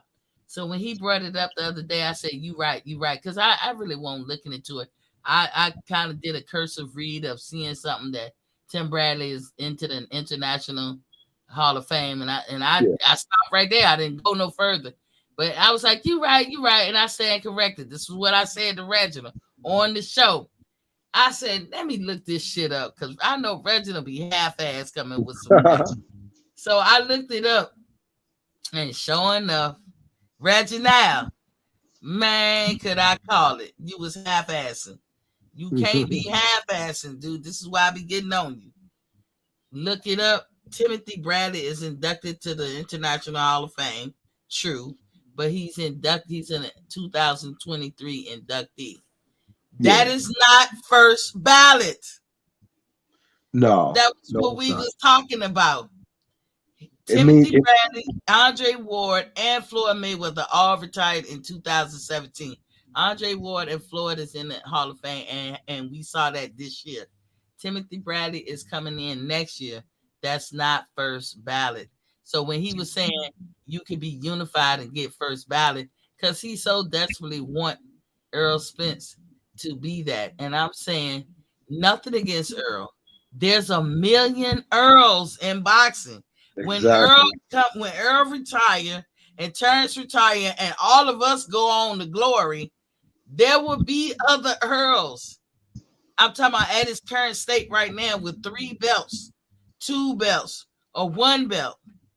That does not necessarily They're automatically getting in. get Yep. you in first ballot. Exactly. You never really hear that. And that's all I was saying. Not that Earl will never get in the Hall of Fame, but we can't say first ballot. But we can say that about Terrence Crawford. You know what? And we can't even say it about Deontay Wilder. And I know how much you love Deontay Wilder because Yeah. he had the 10 straight knockouts. I think he kind of or the 10 straight wins like Muhammad Ali did defending. Or like, but it's people that had 25 wins that basically had more at that division. So you're not it's about who you fight. And I just remember Tim Bradley from just being like a great skillful boxer, and he didn't duck nobody, and he put on a good show. So he's not forgettable. He's not forgettable. Awesome. Same Yeah, thing as he's Crawford. awesome. Yeah, just like Crawford's not forgettable. It's like Earl is not forgettable, but first Yeah. ballot and subsequent ballots afterwards is 2 different things. Tim Bradley did not make first ballot, just a correction. Exactly. So Reginald, I'm gonna give you some leeway because it was kind of quick. He didn't have to go for years and years and years. He could have. It depends on who's sitting the board. Whoever's sitting the board felt like what Martin King just said. Timothy Bradley ain't forgettable. They used to call him nerves of steel or something. What they call him, Superman or what the fuck? Yeah, I think it was like Superman or some shit. Yeah. Some shit. Now, but that was the dude up there in Canada, the light heavyweight. I know he was called Superman, Oh, but yeah. the Man of Steel or something. They used to call Timothy Bradley about the only fighter I've ever known. Ever. Yeah, I think that dude name was Stevenson out of Canada. Yeah, he was Superman. But Yeah. Timothy Bradley was the only man I've ever known. That's a storm. Look, we all over the place. All right, active activists. I feel you. Look, that's my go-to. Oh, right yeah, it was there. Desert Storm. Yeah, it was Desert Storm, Tim Bradley. That's my bro right there. That's my go-to. Thanks, active activist. You kept us on point, active activist. You kept us on point.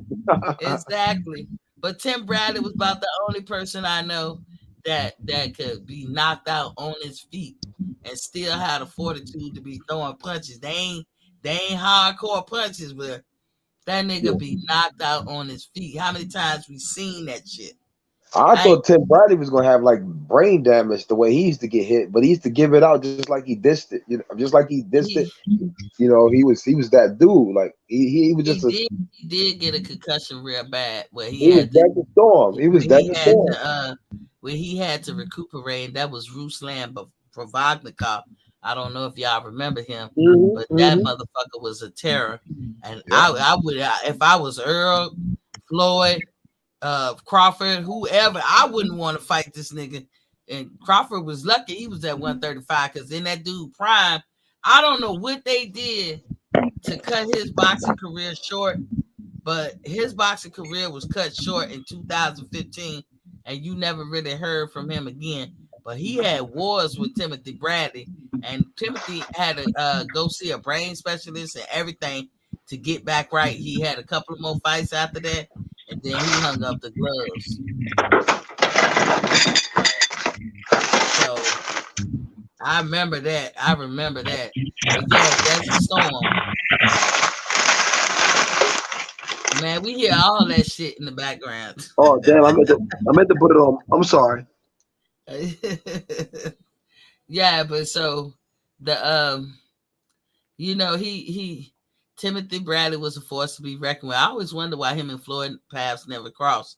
But Timothy Bradley was cut the fuck up like that. The later part of his career, that was all raw fruits and vegetables. Because after he had that serious concussion, he had to eat right, Charlie. He had to train his body to get back in shape. And I met Timothy Bradley last year too. He's not that big of a dude, but on TV he was cut. Fuck, not a big guy at all.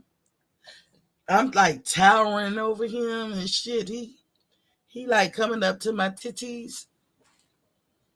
Anyway, But Timothy Bradley, boy, that dude was a force to be reckoned with.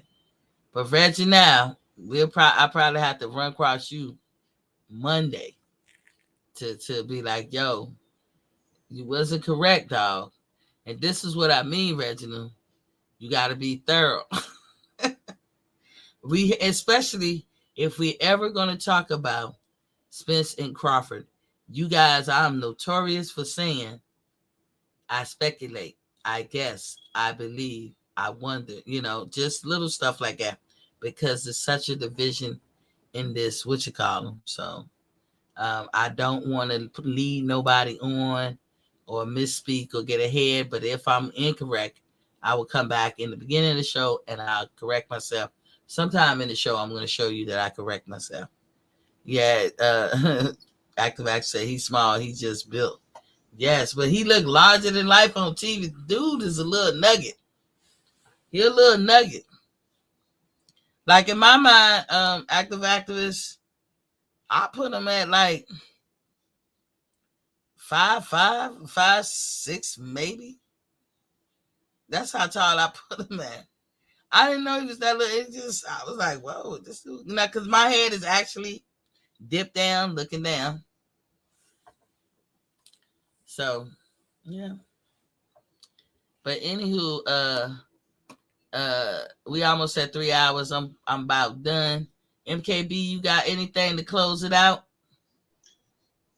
No, sis. I'm happy I came on, and I'm glad I got to hear you chop it up again. Like I was saying earlier, like it's certain content creators that you kind of gravitate to, and you're definitely one of them. When I think of like boxing talking, or when I think of like rationality, when I think about like actually having receipts and talking about what we see every day, and it's like it is what it is, and I appreciate you, Queen. I thank you. I think that's a gift that most women have, not to toot our horn, fellas, but we are more logical and rational than we are anything else. And you can be. This is why women get taken advantage of too. Because if you can present something in a logical and rational manner, our insides or our body won't let us go against what you're saying. Ain't that something? We have to learn how to disregard that and sometimes go with feelings or just be like, nigga, you full of shit. Because I know what you want and I'm not giving you what you want. So I don't care what you saying. Get somebody else respectable to come tell me some shit. Because I ain't listening to it out your mouth. We got to teach ourselves to get that way. But if you can present it in a logical and rational way, oh my God, you can get us on anything. But once we get hurt and we get hurt, the optimism meter goes down and goes down and goes down. And then it's almost like we on par with y'all. We think like y'all. The active activists say, yeah, he looked big to other guys in his weight class. He probably walking around at 160, 165 now. Yeah, Timothy Bradley, like I'm telling you, he like a little milk bug. But anyway, thanks for joining me. I'm sorry y'all was long, but I wanted y'all to walk with me. I wanted to take care in the words that I was saying because I was talking about y'all favorite son, Earl Spence. So I didn't want to come in and say nothing incorrect or lead y'all down the wrong way. The story was about what would Keith Thurman do next. Keith Thurman got to learn that Earl Spence made a game out of what he's being strategic, just like Keith was. And he made a ploy and he learned it from you, Keith. He learned it from you. Remember that Whitney Houston song? She said, I learned from the best. I learned from you. So that's what happened. He learned from you, Keith. And he ran the game. And if it's game or if it's not game, oh shit, he gonna benefit. And you know what? I wasn't mad at you, Keith, when you did it. I just found it hard to defend you. But Earl Spence, I'm gonna say the same thing. I'm not mad at you. But I hardly ever defend you and to be honest, when you doing wrong, I always speak the truth on you, but I hardly ever defend you. But I would say that's a brilliant move, brilliant, Earl Spence, for going live right after your accident. Kudos to you. Think about that. Y'all niggas got Earl Spence on speed dial. Call that nigga and tell him what I said as his so-called PR get with that little kid and mentor the shit out of him. What's up, Exactly. Mark? Exactly. And you know what? That was the most transparent I ever seen Earl do. He came right out and said, "Yo, I was in an accident." And I felt that. And I was like, okay, he's telling us what's going on. But why can't he do that when he always screaming man down, but he not really being man down? Yeah, he did a brilliant move. That means he's thinking. And that's good for him. That's good for his career. Because whether he had a drink that day or not, I wouldn't care less. You know how many people in my family, men wise, that drink? You know how many men have a drink that day and that same day they get behind the wheel, but they're not drunk? You know what I'm saying? So if that you do that shit at your own apparel, especially if you have a alcohol issue, and Earl Spence do have an alcohol issue. So if he gets out there and drive while intoxicated, like past the legal limits, then he did that. Ain't no sense for us caking for him and trying to save him. He don't want to save himself. But that wasn't the case. I can honestly say, looking at him, I didn't see a drunk man. I'm glad he all right. But what you not gonna tell me is that you got thrown from a car like that first accident. We all seen that.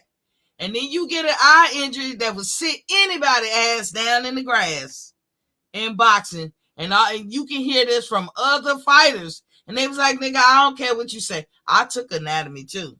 And I'm going to tell you, both 1 and 2. And I'm going to tell you, eyes don't heal that quick. So, but you superhuman, and you come back from it, and then you get in this fender bender, which it really, he said the dude dead on hit him. And so I always say, like, who was going, how fast was who was going what, because I wonder about the little kid. But we'll probably never know. Maybe it's not our business to know. But you're in an armor-plated car, a bulletproof car, and you got injuries. You're fucked up. Your words. I'm messed up behind this. I got some injuries. Because you don't want that fight with Keith Thurman, nigga. Well played. That was the fuck I got to say. Well played. I ain't gonna be mad at Errol Spence when Keith Thurman did that shit too. He just confirmed what everybody been thinking. Errol Spence is Keith Thurman 2.0 or maybe 2.5. You shit on the pot. You shit on the pot. You gotta get off it now. No, you gotta tell us what's up. Like, you can't be like sitting there saying you injured and you're not gonna fight Keith Thurman, because that's what we're expecting right now. Since the negotiations fell through with Crawford, so therefore I'm gonna hold you to who you are. Like, go ahead and fight Keith Thurman. We accepted it, but like, don't sit there and act like you got an injury now. It's too late. Well, I showed y'all a picture of Errol Spence at a football game. He is not in fighting shape. Y'all saw the pictures today. Nice looking man. Don't get me wrong. If he wasn't a boxer, you'll never look at him and say he out of shape, he overweight, blah, blah, blah. But we talking boxing, y'all. Just talking boxing shape. Errol Spence is a nice looking man. That's a perfect size. You don't want no bone ass nigga anyway. You know what I'm saying? Sorry for letting my thoughts, interject into this. But not to say that bony men don't have value. But I'm just saying. You know what I'm saying? But I'm just saying. But in the end of the day, if we talking boxing, he was not in boxing shape. And I showed y'all a picture of him December 3rd. And if that fight was supposed to be in February, how the fuck he gonna drop that much weight? This boxing fans talk TV. I'm like in so much thinking right now. Like 2023, I don't think Earl Spence is gonna make 147. I don't think he's gonna make it the entire year at 147. So he's gonna move up this year. That's just my opinion. Y'all just remember y'all points of what y'all be thinking. Yeah, that noise, man. Y'all just remember what y'all be thinking and y'all points that y'all see. And guess what? A lot of us could think this, that, and the other. But I would say, Earl Spence, you're still young enough. If you get a proper nutritionist, you could. There's definitely a way to make the weight. But, where Errol Spence hurts his body, and why Earl Spence and Terrence Crawford might as well be considered the same age, is because when you balloon up in between fights, that yo-yo shit will wear a tear on your body. And you can't even say Terrence Crawford 2 years older than me. Not that 2 years should make a difference. Not with black men, it won't. You know what I'm saying? So, we don't crack half the time and we last longer. So and that's just a fact, y'all. If you don't like what I just said, it's not racist. It's just a fact. We do. And so in that regards, trying to age Crawford out, that's a fruitless battle. That's number one. And number two, you probably older than Crawford age wise because of the damage you have done to your body. That ballooning up in between fights, drinking alcohol, Exactly. shit like that, and having accidents. And that's 100% accuracy, because I know, because I've been like, say if I was like a person at 26 to 30, I was indulging in everything, and it does take a toll on your body as you get older. So at Crawford at 35 is way younger than Spence at 32 or whatever he is. Mm-hmm. My boy, we gonna get up out of here, y'all. It's 3 hours on the dot. Hold Damn. on, let me mute you. Cause boy, you listen. I want to listen. Oh yeah. So activist. I guess he said that's like me and a woman with. He said that's like me and women with breasts. You ain't got them. You basically invisible to me. And look, I will validate this man. He is not lying about that. If you walk up on him, and you might as well be another little boy standing in front of him, walk right past you. He ain't even notice you. You know, you gotta have something up on that chest. Gotta have that chest action. He said exactly. Spence metabolically older than Crawford. Indeed, indeed. Hey, activists at MKB, they don't want to get into it. And Captain 4G, he know too. They don't want to get into it on the health side. Because technically, I think Spence is older than Terrence Crawford. But either way, I ain't gonna hold us because I've been saying stuff and we ain't been coming out in my Pamela James voice. I hope you made it safe, ATL. And you know, I hope everything go well. This your time down there burying your father, and prayers go out to you, ATL. And thank y'all for joining and all that and walking with me in my mind, my crazy mind. I'm telling you guys, I see patterns. And Earl Spence is Keith Thurman 2.5. And my Pamela James voice. Peace.